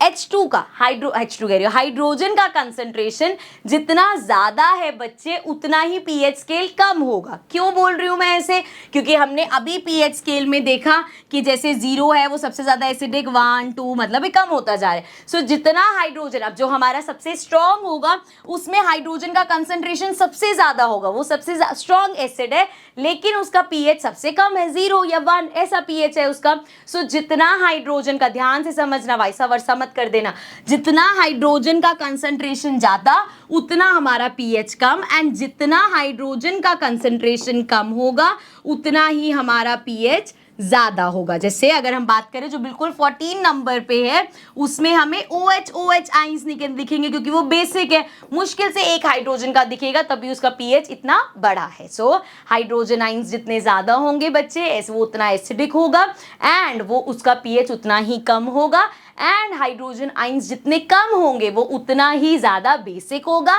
एंड उसका पीएच नंबर उतना ही बड़ा होगा। ठीक है बच्चे, क्लियर है? सो अब इसको कैसे पढ़ेंगे, ऐसे कि if pH is equal to 7, अगर 7 है, 7 हमारा क्या होता है, न्यूट्रल होता है, तो सॉल्यूशन इज न्यूट्रल, सॉल्यूशन हमारा न्यूट्रल हो गया। एंड अगर pH ग्रेटर देन 7 है, 7 से बड़ा है तो क्या है, वो उतना ही एल्कलाइन सॉल्यूशन हो गया या बेसिक हो गया नेचर में। एंड अगर pH लेस देन 7 है, 7 से छोटा है, that means solution is acidic. ठीक है बच्चे, आगे बढ़ जाते हैं। आगे है हमारे पास importance of pH in everyday. क्या ये सिर्फ पीएच हमारा ऐसे ही काम का, इसका इंपॉर्टेंस क्या है? एंड ऑल्सो बिफोर दैट मैं यहाँ पे आपको दिखा देती हूँ, जैसे हम बात करें पीएच स्केल की हेल्प से तो क्या होता है ना बेटा, इसको टेस्ट करने के लिए ना इस तरीके का पेपर आता है। Just open and show you, ये एक पेपर है, मान लो मैंने यहाँ पे थोड़ा सा पेपर कट किया एंड जो भी मेरे पास सॉल्यूशन है उसमें डिप किया। अब इस पेपर का कलर चेंज हो जाएगा। अब जो कलर चेंज होगा वो हम क्या करेंगे, मेजर करेंगे। इस तरीके का पीएच स्केल है, जैसे अभी हमने देखा, यहाँ से जिस कलर से वो मैच करेगा मतलब उसका पीएच वो नंबर होगा। जैसे मान लो अगर वो ग्रीनिश सा आ रहा है, ऐसे कलर का आ रहा है, यहाँ पे देख लो अगर वो ग्रीनिश सा आ रहा है, इस कलर का आ रहा है, मतलब उसका pH 9 है। अगर वो पर्पल शेड में जा रहा है, मतलब उसका pH 13 है। तो मतलब ये एक तरीका होता है जिससे हम किसी, ये होता है pH स्केल बेसिकली, जिसकी हेल्प से हम चीज को देखेंगे कि उसका pH क्या है। ओके, pH वैल्यू इससे पता चलेगी। चलो वापस यहाँ आ जाते हैं, importance of pH in everyday life. So क्या इस pH का हमारी डे टू डे लाइफ में भी कोई यूज है या सिर्फ ये लैबोरेटरी में यूज होता है? हमारी डे टू डे लाइफ में भी इसका यूज है। कैसे, आओ समझते हैं। सबसे पहले pH in are digestive system. अब हम सबको पता है कि डाइजेशन के लिए हमारा स्टमक HCl एसिड प्रोड्यूस करता है, वो डाइल्यूटेड एसिड होता है पहली बात तो। अब वो क्या हेल्प करता है, वो डाइजेशन में हेल्प करता है। लेकिन कभी कभी बहुत अटरम शटरम चीज़ें खाने के बाद वो हाइड्रोक्लोरिक एसिड है वो बहुत ज़्यादा क्वांटिटी में बन जाता है, और जब HCl बहुत ज़्यादा प्रोड्यूस होता है तो हमें लगता है ना यार एसिडिटी हो रही है। बहुत बार आपने सुना होगा एसिडिटी हो रही है, एसिडिटी हो रही है। तो क्या हो रहा है, बेसिकली उसका जो pH है वो कम हो गया। अब उसको कंट्रोल कैसे करोगे, आप उस pH को कैसे कंट्रोल करते हैं? हम लेते हैं ऐसी दवाइयाँ जिससे खा के हम ठीक होंगे ऑफ कोर्स। एंड वो जो दवाइयाँ होती हैं बच्चे, उसमें क्या होता है, उसमें बेस होता है। जब कहीं पे एसिड ज़्यादा प्रोड्यूस हो रहा है, अरे अगर कहीं पे एसिड है एंड अगर मैं जो दवाई खा रही हूँ उसमें बेस है, सो एसिड प्रोड्यूस हो रहा था, मैंने बेसिकली उन दवाइयों को एंटासिड्स बोलते हैं। सो उसमें होता क्या है, उसके अंदर बेस होता है। सो एसिड में जब आपने बेस मिलाया क्या होगा, रिएक्शन देखा था, एसिड में जब बेस मिलाते हैं न्यूट्रलाइज हो जाता है, तो वो यहाँ बेस अंदर जाके क्या करेगा, इस एसिडिक नेचर को कम करेगा, देयरफॉर एसिडिटी को कंट्रोल करेगा। ठीक है बच्चे, सो अब पढ़ते हैं। Dilute hydrochloric acid helps in digestion of food in our stomach, ये मैंने अभी बता दिया। Excess acid in stomach cause acidity या इंडाइजेशन बोल सकते हैं। एंटासिड्स जो बेसिकली दवाइयां हैं, लाइक मैग्नीशियम हाइड्रोक्साइड। अब magnesium hydroxide one of the antacids है क्या ये मैग्नीशियम हाइड्रोक्साइड? क्या है बच्चे, OH दिख रहा है इसमें, क्या है, it is a base and it is also known as milk of magnesium. And sodium hydrogen carbonate, जैसे हमारा बेकिंग सोडा होता है, are used to neutralize excess acid. So इसको न्यूट्रलाइज करता है। ठीक है, समझ में आ गया बच्चे। आगे हम बात करते हैं pH change as the cause of tooth decay. अब इसका क्या मतलब है, देखो हमारे माउथ का भी एक pH होता है। जब वो pH कम होने लगता है मतलब एसिडिक होने लगा है, अब वो अगर एसिडिक होने लगा है तो उससे क्या होगा, हमारा टूथ डिके स्टार्ट हो जाता है। बेसिकली क्या होता है ना, जैसे आपने सुना होगा कि रात को अगर कुछ मीठा खाए, बट वैसे तो हमेशा एडवाइस करते हैं ब्रश करके ही सोना चाहिए, बट अगर कुछ मीठा खा रहे हो जाके उसी टाइम रिंस कर लो। उससे क्या होगा, जो शुगर पार्टिकल्स है, बेसिकली क्या होता है, वो शुगर पार्टिकल्स एसिड्स में कन्वर्ट हो जाते हैं। जब बहुत सारे शुगर पार्टिकल्स एसिड्स में कन्वर्ट होंगे तो हमारे माउथ का pH कैसा हो जाएगा, एसिडिक हो जाएगा। सो अगेन अगर एसिडिक हो गया तो वो टूथ डिके स्टार्ट हो जाएगा उससे। सो क्या एडवाइस किया जाता है, जो हमारी टूथपेस्ट वगैरह भी होती हैं उसमें भी बेस होता है, मतलब बेसिक नेचर वाली चीजें होती है, जिससे कि आपका माउथ का जो pH है वो न्यूट्रलाइज रहे। ठीक है, चलो पढ़ते हैं। The bacteria present in our mouth converts the sugar into acid. So sugar को एसिड में कन्वर्ट करता है। शुगर मतलब सिर्फ ये नहीं होता बच्चे कि आपने चीनी खाई है तो वही है, जैसे कार्बोहाइड्रेट्स है उसमें भी शुगर प्रेजेंट होता है। ठीक है, तो ये नहीं समझना कि हाँ चीनी नहीं खाई तो कभी हमारे दांत खराब ही नहीं होंगे। सो when the pH of acid formed in the mouth is falls below 5.5, अब माउथ का pH 5.5 से नीचे हो रहा है, क्या हो रहा है, एसिडिक हो रहा है बेसिकली। टूथ डिकेइंग स्टार्ट, तो टूथ डिके स्टार्ट होना हो जाता है, टीथ हमारे खराब होने स्टार्ट हो जाते हैं। The excess acid has to be remove by cleaning the teeth with a good quality toothpaste, because these kind of toothpaste are alkaline in nature. So जो टूथपेस्ट होती है वो बेसिक होती है, एल्कलाइन होती है नेचर में, जिससे माउथ में जो एसिड प्रोड्यूस होता है उसको न्यूट्रलाइज कर पाती है। ठीक है बच्चे, चलो आगे बढ़ जाते हैं। आगे बात करते हैं, are plants and animals pH sensitive. क्या ये जो प्लांट्स एनिमल्स है ये भी pH सेंसिटिव है? क्या pH का इन पे भी फर्क पड़ता है? बिल्कुल। अगर हम एक ह्यूमन बॉडी की बात करें, so they work at a pH range of 7 to 7.8, मतलब न्यूट्रल वाले, उसमें तो न्यूट्रल रेंज रहनी चाहिए। लेकिन living organism can survive only in a narrow range of pH, तो एक नैरो रेंज है जिसमें हम सर्वाइव कर पाते हैं। एंड आपने ये भी देखा होगा, हम एक एसिड रेन की बात करते हैं, when pH of rain water, जैसे जो रेन वाटर होता है उसका pH अगर 5.6 से कम है, it is called acid rain. अगर आपका जो रेन वाटर है उसका pH 5.6 था, 5.6 से अगर कम है, सो वो एसिड रेन की तरह ट्रीट होते हैं। वो क्या होगा, वो पानी बेचारा समुद्रों में जाएगा, प्लांट्स में जाएगा, तो वो एक्वेटिक लाइफ को डिस्टर्ब करता है। So when acid rain flows into the river it lowers the pH of the river water, the survival of aquatic life in such reverse become difficult, because वो पानी जब उन रिवर्स में जा रहा है तो उन रिवर का भी जो एसिडिक लेवल है उसको बढ़ा रहा है। दैट इज वाई वहां पे एक्वेटिक लाइफ जो है उसका सर्वाइवल डिफिकल्ट होता जाता है। जितना ज्यादा एसिडिक हो जाएगा उतना डिफिकल्ट हो जाएगा। ठीक है बच्चे, चलो आगे बात करते हैं। What is the pH of the soil in your backyard? अब जो सॉइल होता है, जैसे जो फार्मर्स वगैरह हैं, वो बेसिकली जब भी हम सॉइल की बात करते हैं तो उसका न्यूट्रल होता है, 7 होता है उसका पीएच, न्यूट्रल रहता है। लेकिन जैसे अब उसमें फार्मिंग हो रही है, कभी पेस्टिसाइड्स चल रहे हैं, फर्टिलाइजर्स चल रहे हैं, तो क्या होगा, कभी वो एसिडिक हो जाएगी, कभी बेसिक हो जाएगी। तो क्या करेंगे, अगर तो वो एसिडिक हो गए तो उसमें बेस वाली कोई चीज डालेंगे जिससे वो न्यूट्रलाइज हो और फिर से सॉइल का पीएच न्यूट्रल हो जाए। एंड अगर वो बेसिक हो गए तो उसमें कुछ एसिड्स ऐड करे जाएंगे ताकि अगेन सॉइल का जो पीएच है वो न्यूट्रल रह सके। ठीक है, तो रीड करते हैं। Most plant grow best when the pH of the soil is close to 7, मतलब जब न्यूट्रल है तब प्लांट की ग्रोथ सबसे बढ़िया होती है। If the soil is too acidic or basic the plant grow badly or do not grow at all. अगर वो जो सॉइल है उसका जो पीएच है वो बेसिक हो गया या एसिडिक हो गया तो या तो प्लांट ग्रो ही नहीं करेगा या उसकी ग्रोथ बेकार होगी। द प्लांट ग्रो बैडली और अच्छा ही हो गया। The soil pH is also affected by the use of chemical fertilizer। ये सब मैंने जो अभी बताया वही है, बस पढ़ के सुना रही हूँ मैं। In the field chemicals can be added to soil to adjust इस केमिकल ऐड करके हम उसका pH भी एडजस्ट कर सकते हैं and make it suitable for growing plants। जैसे कि if the soil is too acidic then it is treated with materials like quicklime और slaked lime जो कि बेसिक है नेचर में।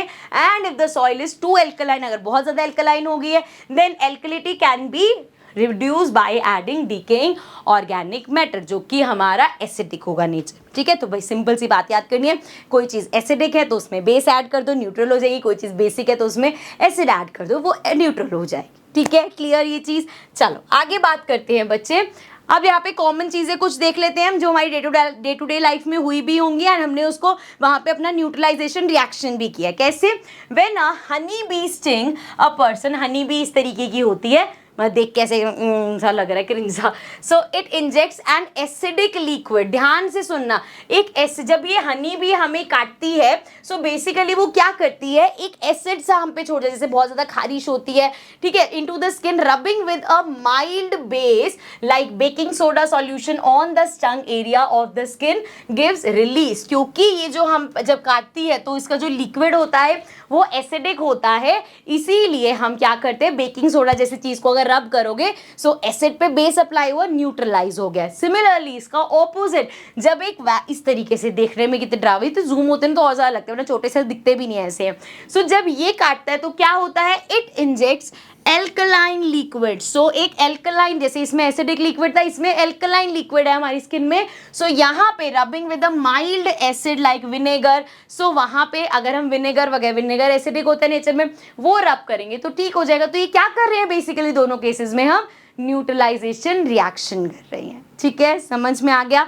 चलो सो ये डे टू डे यूज था हमारी लाइफ में पीएच का या न्यूट्रलाइजेशन रिएक्शन का। ठीक है, अब लास्ट में बात कर लेते हैं सॉल्ट के पीएच की। हम इतने ऐसे चीज़ों के पीएच, एसिड और बेसिस के पीएच की बात कर रहे थे, सॉल्ट का पीएच क्या होगा। देखो अभी हम पढ़ के आए, सॉल्ट हमारी 3 टाइप की होती है। अगर सॉल्ट बना है एक वीक बेस और वीक एसिड से या एक स्ट्रॉन्ग एसिड और एक स्ट्रॉन्ग बेस से बना है तो वो न्यूट्रल सॉल्ट होता है। तो न्यूट्रल सॉल्ट है मतलब उसका पीएच क्या होगा बच्चे, 7 होगा। अगर जो सॉल्ट बना है वो एक स्ट्रॉन्ग एसिड और वीक बेस से बना है तो वो एसिडिक होगी नेचर में, मतलब 7 से कम।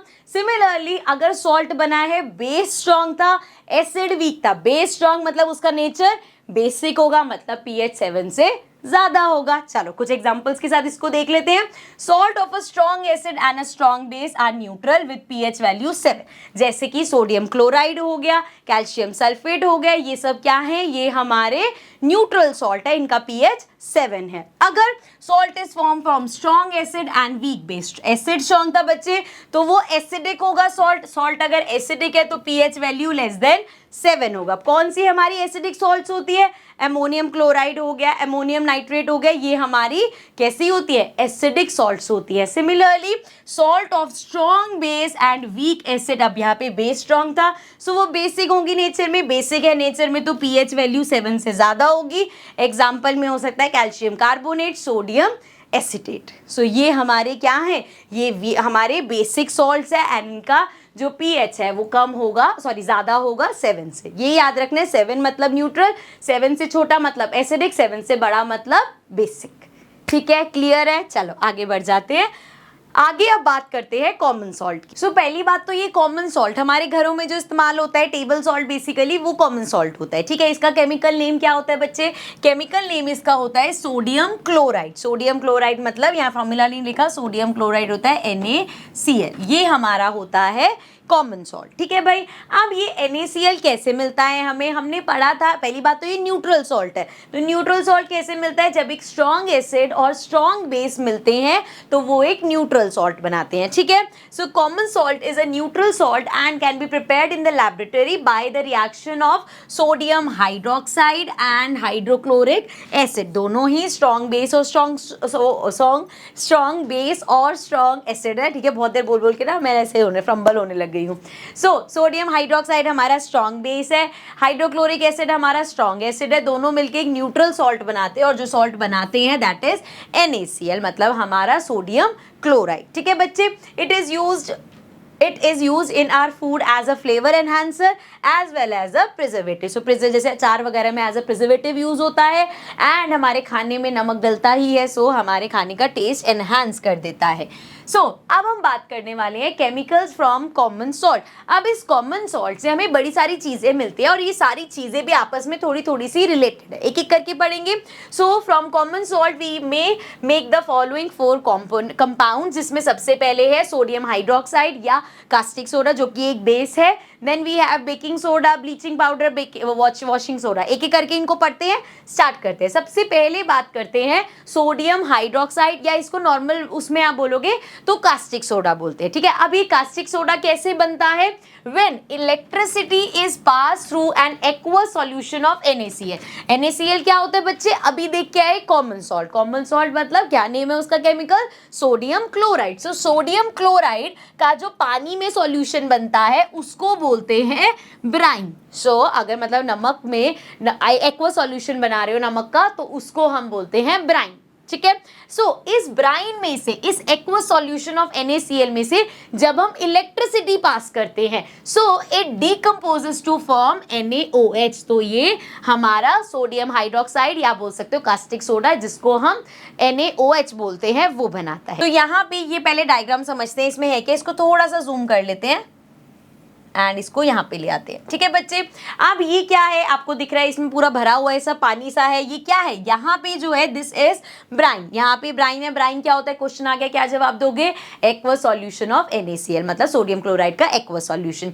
ठीक है, अब हमें यहाँ से इलेक्ट्रिसिटी पास करनी है। इलेक्ट्रिसिटी पास करने के लिए यहाँ पे बैटरीज वगैरह लगा दी, ये पॉजिटिव साइड हो गया, ये हमारा एनोड हो गया और ये हो गया कैथोड। ठीक है, नेगेटिव साइड होती है कैथोड एंड पॉजिटिव साइड होती है एनोड। ठीक है, अब क्या होगा बच्चे, जैसे यहाँ पे इलेक्ट्रिसिटी पास होगी तो इसकी जितने भी NaCl वगैरह सब अलग अलग हो जाएंगे, Cl अलग हो गया, OH अलग हो गया, Na अलग हो गया, H हो गया, सारे इसके आयंस फैल गए, अलग अलग हो गए। अब होगा क्या, ये जो हमारी पॉजिटिव वाली साइड है इसके आसपास इधर सारा हमारा क्लोरीन गैस इकट्ठी हो जाएगी, इसके आसपास सारी पॉजिटिव जो हमारा एनोड है इसके आसपास क्लोरीन गैस इकट्ठी हो जाएगी एंड ये जो हमारा कैथोड है जो नेगेटिव साइड है इसके आसपास बच्चे सारी हमारी हाइड्रोजन गैस कलेक्ट हो जाएगी। सो यहाँ पे सारी क्लोरीन गैस एंड यहाँ पे सारी हाइड्रोजन गैस इकट्ठी हो गई एंड इधर जो अभी सॉल्यूशन भी बचा है ये हमारा हो गया ब्राइन कंटेनिंग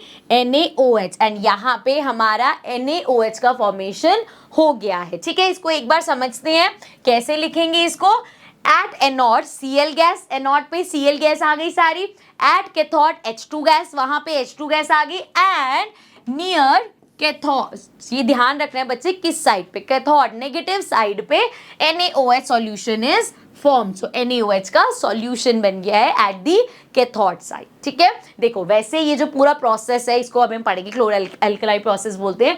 ये बहुत डेप्थ में भी हो सकता है, बट आपकी इस क्लास के लेवल में आपको इतना डेप्थ में जाने की जरूरत नहीं है। जितना मैंने अभी आपको पढ़ाया है उतना सफिशिएंट। सो अब ये जो हमारा प्रोसेस होता है बच्चे, इसको हम बोलते हैं क्लोर एल्कलाई। क्यों बोलते हैं? क्योंकि इससे हमें क्लोरीन मिल रही है, तो वहां से वर्ड क्लोर आ गया, एंड एल्कलाई मतलब NaOH मिला जो कि एक बेस है, मतलब एल्कली मिला है। So this method is called chlor alkali process. It is called so because we get chlorine and an alkali which is NaOH in this process. ठीक है।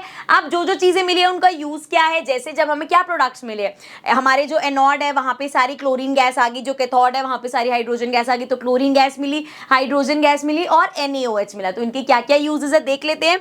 हाइड्रोजन गैस हमारी फ्यूल में यूज होती है, मार्गरीन में use होती है।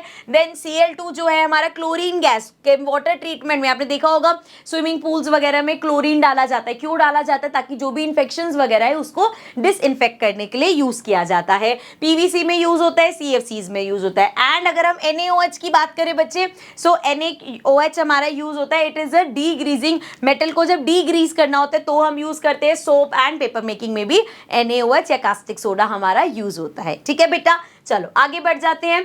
आगे अब हम बात करते हैं ब्लीचिंग पाउडर। अभी लास्ट मैंने बोला था ना थोड़ा बहुत एक दूसरे से इंटरकनेक्टेड है। सो लास्ट वाला जब हमने ब्राइन का इलेक्ट्रोलाइसिस किया, वहां से हमें क्लोरीन मिला था, उस क्लोरीन का यूज करके हम ब्लीचिंग पाउडर बनाते हैं। कैसे अभी देखते हैं। पहले बात करते हैं क्लोरीन का केमिकल नेम क्या है। सो इसका केमिकल नेम है calcium hypochloride. So calcium hypochloride, so इसका फॉर्मूला क्या है? कैल्शियम फिर O आता है एंड क्लोराइड, सो CaOCl। ये हमारा है ब्लीचिंग पाउडर। ठीक है, ब्लीचिंग पाउडर है ये। Now bleaching powder is manufacture from chlorine gas. किससे बनता है ये? क्लोरीन गैस से बनता है बच्चे। It is produced by the action of chlorine on dry slaked lime. याद करो हमने भी डिस्कस किया था dry slaked lime. Slaked lime क्या था? जब हमने बोला था कैल्शियम के साथ हाइड्रोक्साइड आ जाएगा,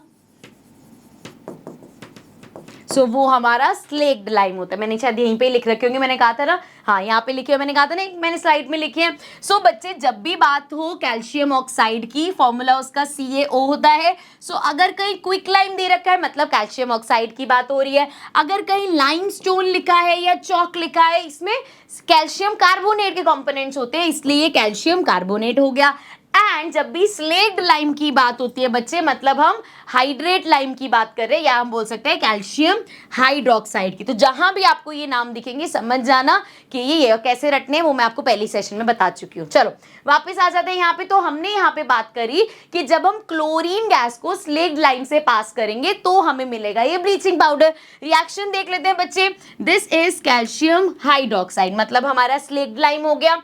एंड इसमें जब हम क्लोरीन गैस पास करेंगे सो हमें मिलेगा CaOCl प्लस वाटर। CaOCl क्या है? अभी पढ़ा हमने, दिस इज ब्लीचिंग पाउडर। तो कैसे बनता है बच्चे? जब एक ड्राई स्लेक्ड लाइम में से आप क्लोरीन पास करते हो, या आप ऐसे बोल सकते हो कैल्शियम हाइड्रोक्साइड्स का रिएक्शन क्लोरीन से कराते हैं हम, तब हमें मिलता है हमारा ब्लीचिंग पाउडर। ठीक है, समझ में आ गया।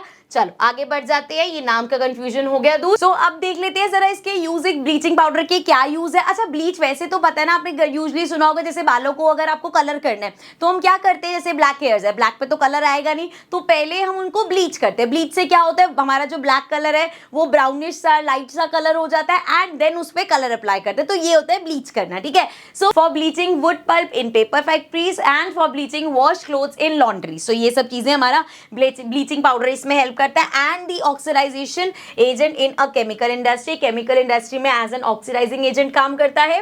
डिसइंफेक्टिंग ग्रीन ड्रिंकिंग वाटर, सो जो हमारा ड्रिंकिंग वाटर है उसको भी डिसइंफेक्ट करता है। ठीक है बच्चे, चलो आगे बढ़ जाते हैं। नेक्स्ट बात करते हैं बेकिंग सोडा की। सो बेकिंग सोडा का नेम क्या है? Sodium hydrogen carbonate. Sodium hydrogen carbonate होता है हमारा baking soda, and formula NaHCO3।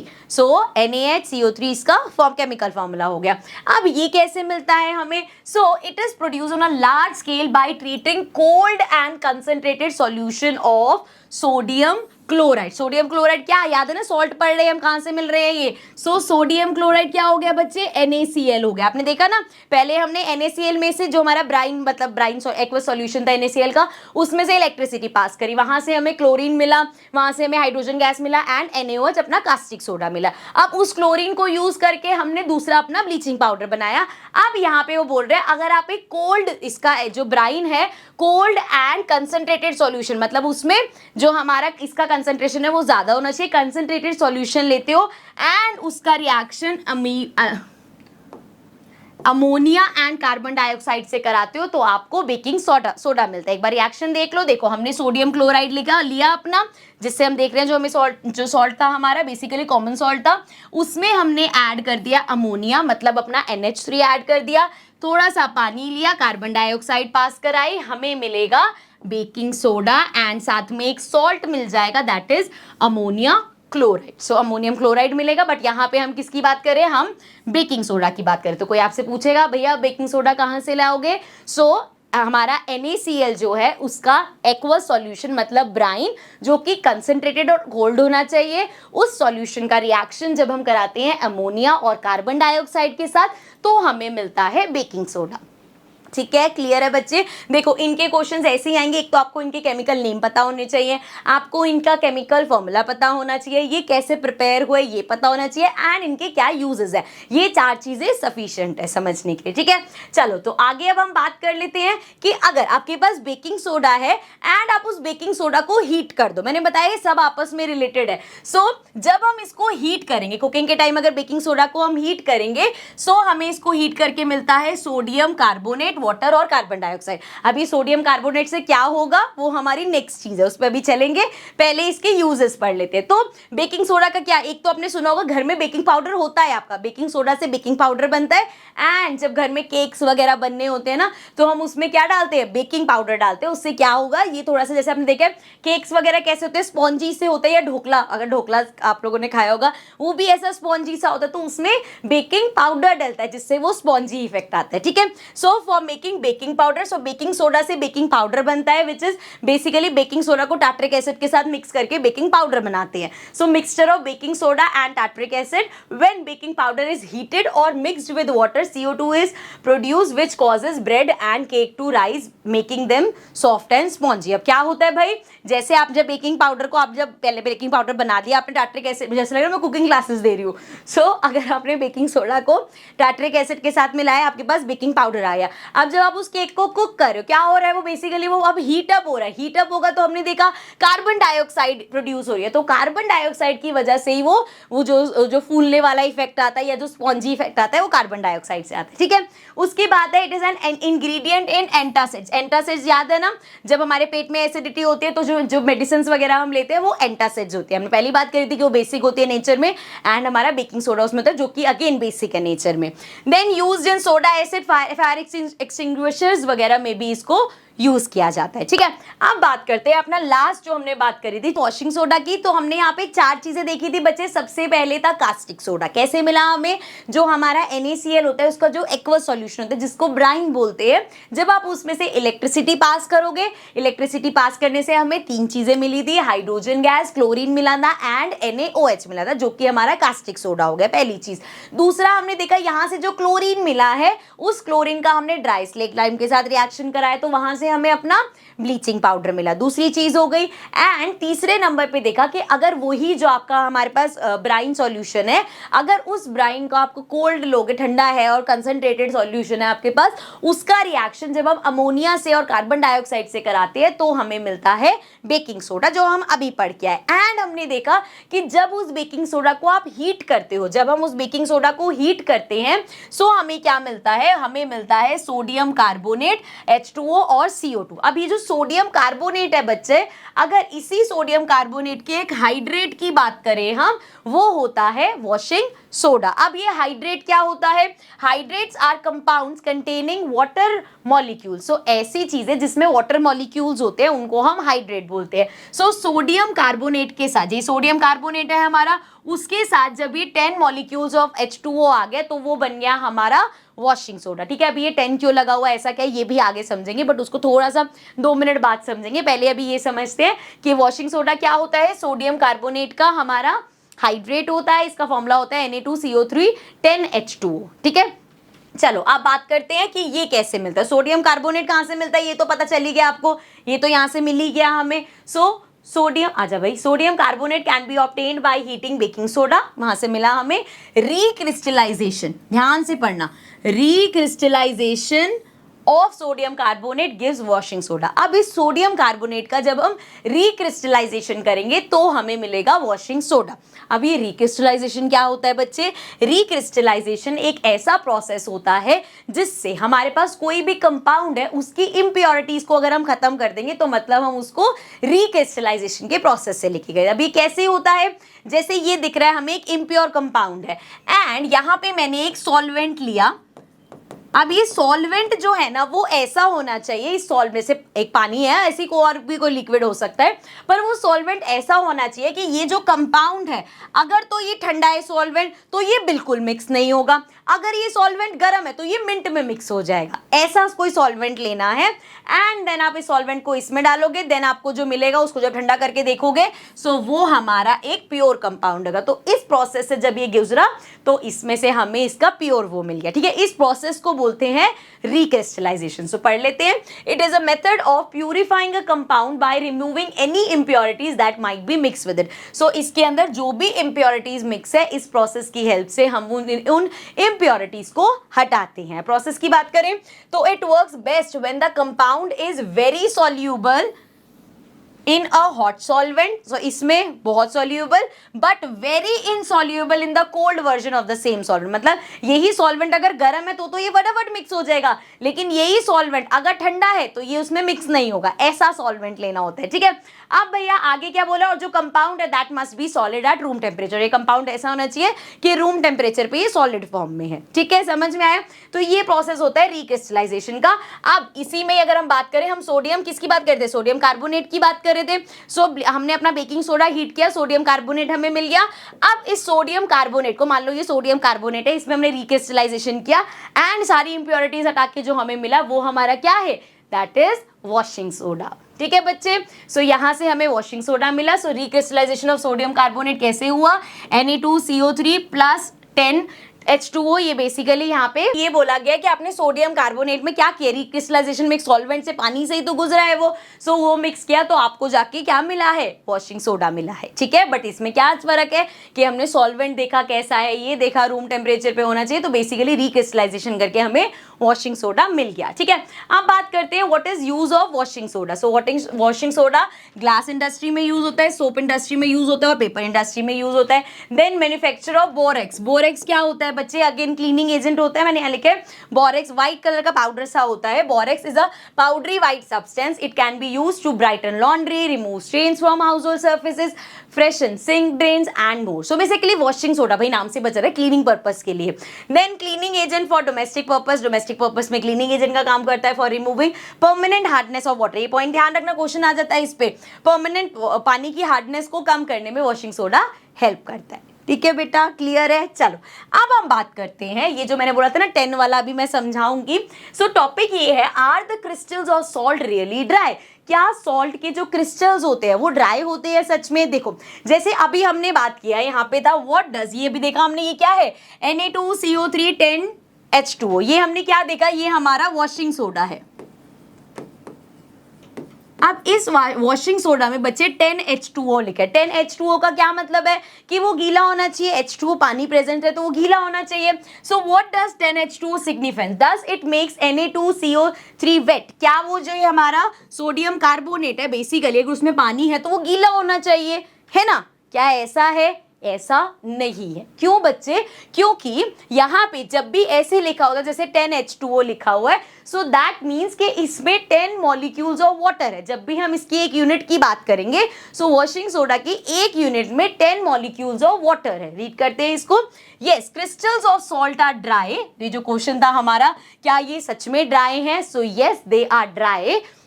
Crystals of salt are dry as the water present in them as the water of crystallization. So ये जो water present है, ये जो हमें 10H2O दिख रहा है, this is basically water of crystallization, जिसका मतलब है does not act as a water but give crystallized structure. So वो यहाँ जो 10H2O है, ये पानी का काम नहीं कर रहा, लेकिन क्रिस्टल वाला स्ट्रक्चर। क्रिस्टल देखा हुआ है ना कैसा होता है?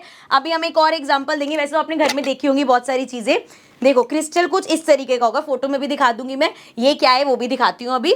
सो क्रिस्टल स्ट्रक्चर देने के लिए वो पानी का इस्तेमाल होता है, तो वो वाटर ऑफ क्रिस्टलाइजेशन हो गया। ठीक है, तो अब यहाँ पे ऐसे हमारे पास और भी चीजें होती है। जैसे एक तो हमने देख लिया वॉशिंग सोडा हमारा ऐसे व्हाइट पाउडर की फॉर्म में होता है। एक होता है हमारा कॉपर सल्फेट पेंटाहाइड्रेट। पेंटाहाइड्रेट मतलब कॉपर सल्फेट, तो ये हो गया CuSO4 एंड 5H2O। अगेन वही बात होगी, 5H2O मतलब क्या, ये इस कॉपर सल्फेट को गीला कर देगा? नहीं, ये जो मैं अभी आपको दिखा रही थी ना बच्चे, ये है बेसिकली, देख रहे हो आप, ये यहाँ पे जो लगा हुआ है, दिस इज सेम दिस। ये क्या कर रहा है? दिस रिप्रेजेंट के इसमें, अब यहाँ पे अगर मैं इसको हाथ लेके दिखाऊं, सो ये ड्राई है, ये crystals are, these crystals are dry, ये कहीं से भी वेट नहीं है। सो दैट मीन्स यहाँ पे ये जो 5H2O लिखा हुआ है बच्चे, दिस रिप्रेजेंट, यहाँ पे जो इसकी क्रिस्टल की जो वो आ रही है ना, ये हमारे क्रिस्टल ऑफ वाटर है, वाटर ऑफ क्रिस्टलाइजेशन है बेसिकली, जिसमें वो क्रिस्टल का इफेक्ट देता है, ना कि पानी का काम करता है। ठीक है, क्लियर? एंड इसी तरीके वॉशिंग सोडा हो गया, ये हो गया। अब हम बात करते हैं, एक इसी तरीके का प्रोडक्ट होता है जिसको हम बोलते हैं जिप्सम। आप देख सकते हो अगेन क्रिस्टल की फॉर्म में है ये। इसका फॉर्मूला होता है CaSO4H2O। अब यहाँ पे अगर फॉर्मूले के नाम पे जाए तो ये क्या है? Calcium sulphate. So calcium sulphate अब और साथ में उसके 2 मॉलिक्यूल्स ऑफ H2O, तो कैल्शियम सल्फेट मिलके हमारा बनाता है जिप्सम। ठीक है, सो जिप्सम क्या है वो पढ़ते हैं। जिप्सम हो गया calcium sulphate 2H2O। Gypsum is another salt that contains water of crystallisation. इसमें भी ये 2H2O क्या है? 2 मॉलिक्यूल्स ऑफ वाटर। सो इसमें भी ये क्या है? वाटर ऑफ क्रिस्टलाइजेशन, मतलब ये ड्राई है, पानी का काम नहीं कर रहा, क्रिस्टल की फॉर्म दे रहा है। It has 2 water molecules as crystallisation water. ठीक है बच्चे, सो अब देखो इसका फायदा क्या होता है, इससे क्या करते हैं हम? On heating gypsum at 373 kelvin, जब हम जिप्सम को हीट करते हैं 373 केल्विन पे, इट लूजेस वाटर मॉलिक्यूल्स, उसके जो बेचारे 2 वाटर मॉलिक्यूल्स हैं वो भी लूज हो जाते हैं, and becomes calcium sulphate hemihydrate. अब जो उसके हमारे जो 2 वाटर मॉलिक्यूल्स है, जब वो लूज हो जाते हैं तो वो बन जाता है कैल्शियम सल्फेट। मैं एक बार ऐसे लिख के दिखा देती हूँ, कैल्शियम सल्फेट हाफ है ये। ठीक है, डॉट के बाद हाफ H2O। ठीक है, हाफ H2O आप समझोगे, आधा मॉलिक्यूल ऑफ वाटर, आधा मॉलिक्यूल ऑफ वाटर समझो। ठीक है, बेसिकली वो डिस्ट्रीब्यूट हो जाता है। सो जब हम जिप्सम को हीट करते हैं तो हमें मिलता है कैल्शियम सल्फेट हेमीहाइड्रेट। ठीक है, जैसे जो 10 वाला था वो डेका था, डेकाहाइड्रेट है, एंड यहाँ पे भी नाम था ना, और ये जो था वो 5 था तो वो पेंटाहाइड्रेट था। कहाँ गया हमारा? पेंटाहाइड्रेट था ये। ठीक है ना, ऐसे ये डेकाहाइड्रेट होता है। सो यहाँ पे ये हमारा जब उसने यहाँ पे हाफ आ गया तो ये हेमीहाइड्रेट हो गया। अभी है क्या इसका सिंपल वर्ड में, इसको हम बोलते हैं प्लास्टर ऑफ पेरिस। ठीक है, अब इसकी में भी यहाँ पे प्लास्टर ऑफ पेरिस, पेरिस में क्यों बोला गया? क्योंकि पेरिस की जितनी भी बिल्डिंग्स है वहाँ पे POP यूज हुआ है, एंड ऑल्सो सबसे ज्यादा मैन्युफैक्चरिंग भी पेरिस में ही होती है। ठीक है, इसलिए इसका नाम प्लास्टर ऑफ पेरिस है। When plaster of Paris is mixed with water it changes to gypsum. अब यहाँ पे देखो क्या हो रहा है, जिप्सम समझ गए क्या है? जिप्सम को जब हम हीट करते हैं उसके वाटर मॉलिक्यूल्स खत्म हो जाते हैं, तो वो क्या बन जाता है? POP बन जाता है। अब POP में फिर से पानी डाल दोगे तो वो जिप्सम बनता है, पानी डाल के उसको हार्डन होने के लिए रख दोगे तो वो फिर से जिप्सम बन जाएगा। ठीक है, सो जब हम CaSO4 हाफ मतलब अपना हेमीहाइड्रेट जो हमारा POP है, POP का रिएक्शन जब हम कराते हैं पानी के साथ, वाटर के साथ, सो हमें फिर से अपना जिप्सम मिल जाता है। समझ गए? जिप्सम को हीट करके बच्चे क्या मिलता है? पीओपी मिलता है, एंड पीओपी में अगर पानी ऐड कर दोगे तो वो फिर से जिप्सम बन जाएगा, ठीक है। सो अब इस पीओपी का यूज क्या है? पीओपी कहाँ यूज होता है? Use of plaster. जैसे आपने घरों पे देखा होगा, और जो हमारी सीलिंग्स होती है तो हम कहते हैं ना, जैसे डिजाइन्स वगैरह बने तो हम कहते हैं पीओपी करवाया हुआ है। सो एक तो वहां यूज होता है, और उसके अलावा जो प्लास्टर, जैसे किसी को फ्रैक्चर वगैरह आ जाए तो वो बांध देते हैं ना, प्लास्टर बांध देते हैं, वो भी पीओपी का बना होता है। ऐसे बहुत सारी चीजें। So this is used in hospital for setting fractured bone in the right position to ensure correct healing, then making toys, decorative material, cheap ornaments and cast of statues. जो स्टैचूज वगैरह होते हैं उसमें भी पीओपी यूज होता है। Making smooth surface such as for making ornamental design on ceilings of house and other buildings. So जो हमारी सीलिंग्स पे होता है वो पीओपी है, used as fire proofing material, and it is also used as a fire proofing material. ठीक है बच्चे, आई होप ये अच्छे से समझ में आ गया होगा। इसी के साथ चैप्टर को एंड करते हैं, चैप्टर हमारा खत्म होता है। I really hope I have tried my best कि ऐसा कुछ भी टॉपिक ऐसा डिफिकल्ट सा ना लगे। इस सेशन के बाद आप आराम से कह सको यार ये एसिड बेसिस वाला चैप्टर इजी था। कुछ चीजें जिस पे आपको मेहनत करनी पड़ेगी, जैसे केमिकल फॉर्मुलेस बनाने आपको आने चाहिए, थोड़े से याद रखने पड़ेंगे कि ये चीज ये है, इसका नाम ये है। उसके अलावा ये चैप्टर बहुत ईजी है, बहुत सिंपल है, ठीक है। सो चैप्टर के नोट्स हमारे अभी कंप्लीट हुए, चैप्टर का भी समझ लो कंप्लीट एक्सप्लेनेशन हो गया है। अभी हम इसकी एक्सरसाइजेस, बैक एक्सरसाइज और जो हमारे चैप्टर के बीच बीच में क्वेश्चंस आते हैं, इंडेक्स क्वेश्चन भी डिस्कस करेंगे, but in the next session of course. So I will see you all in the next video. Till then take care and bye bye.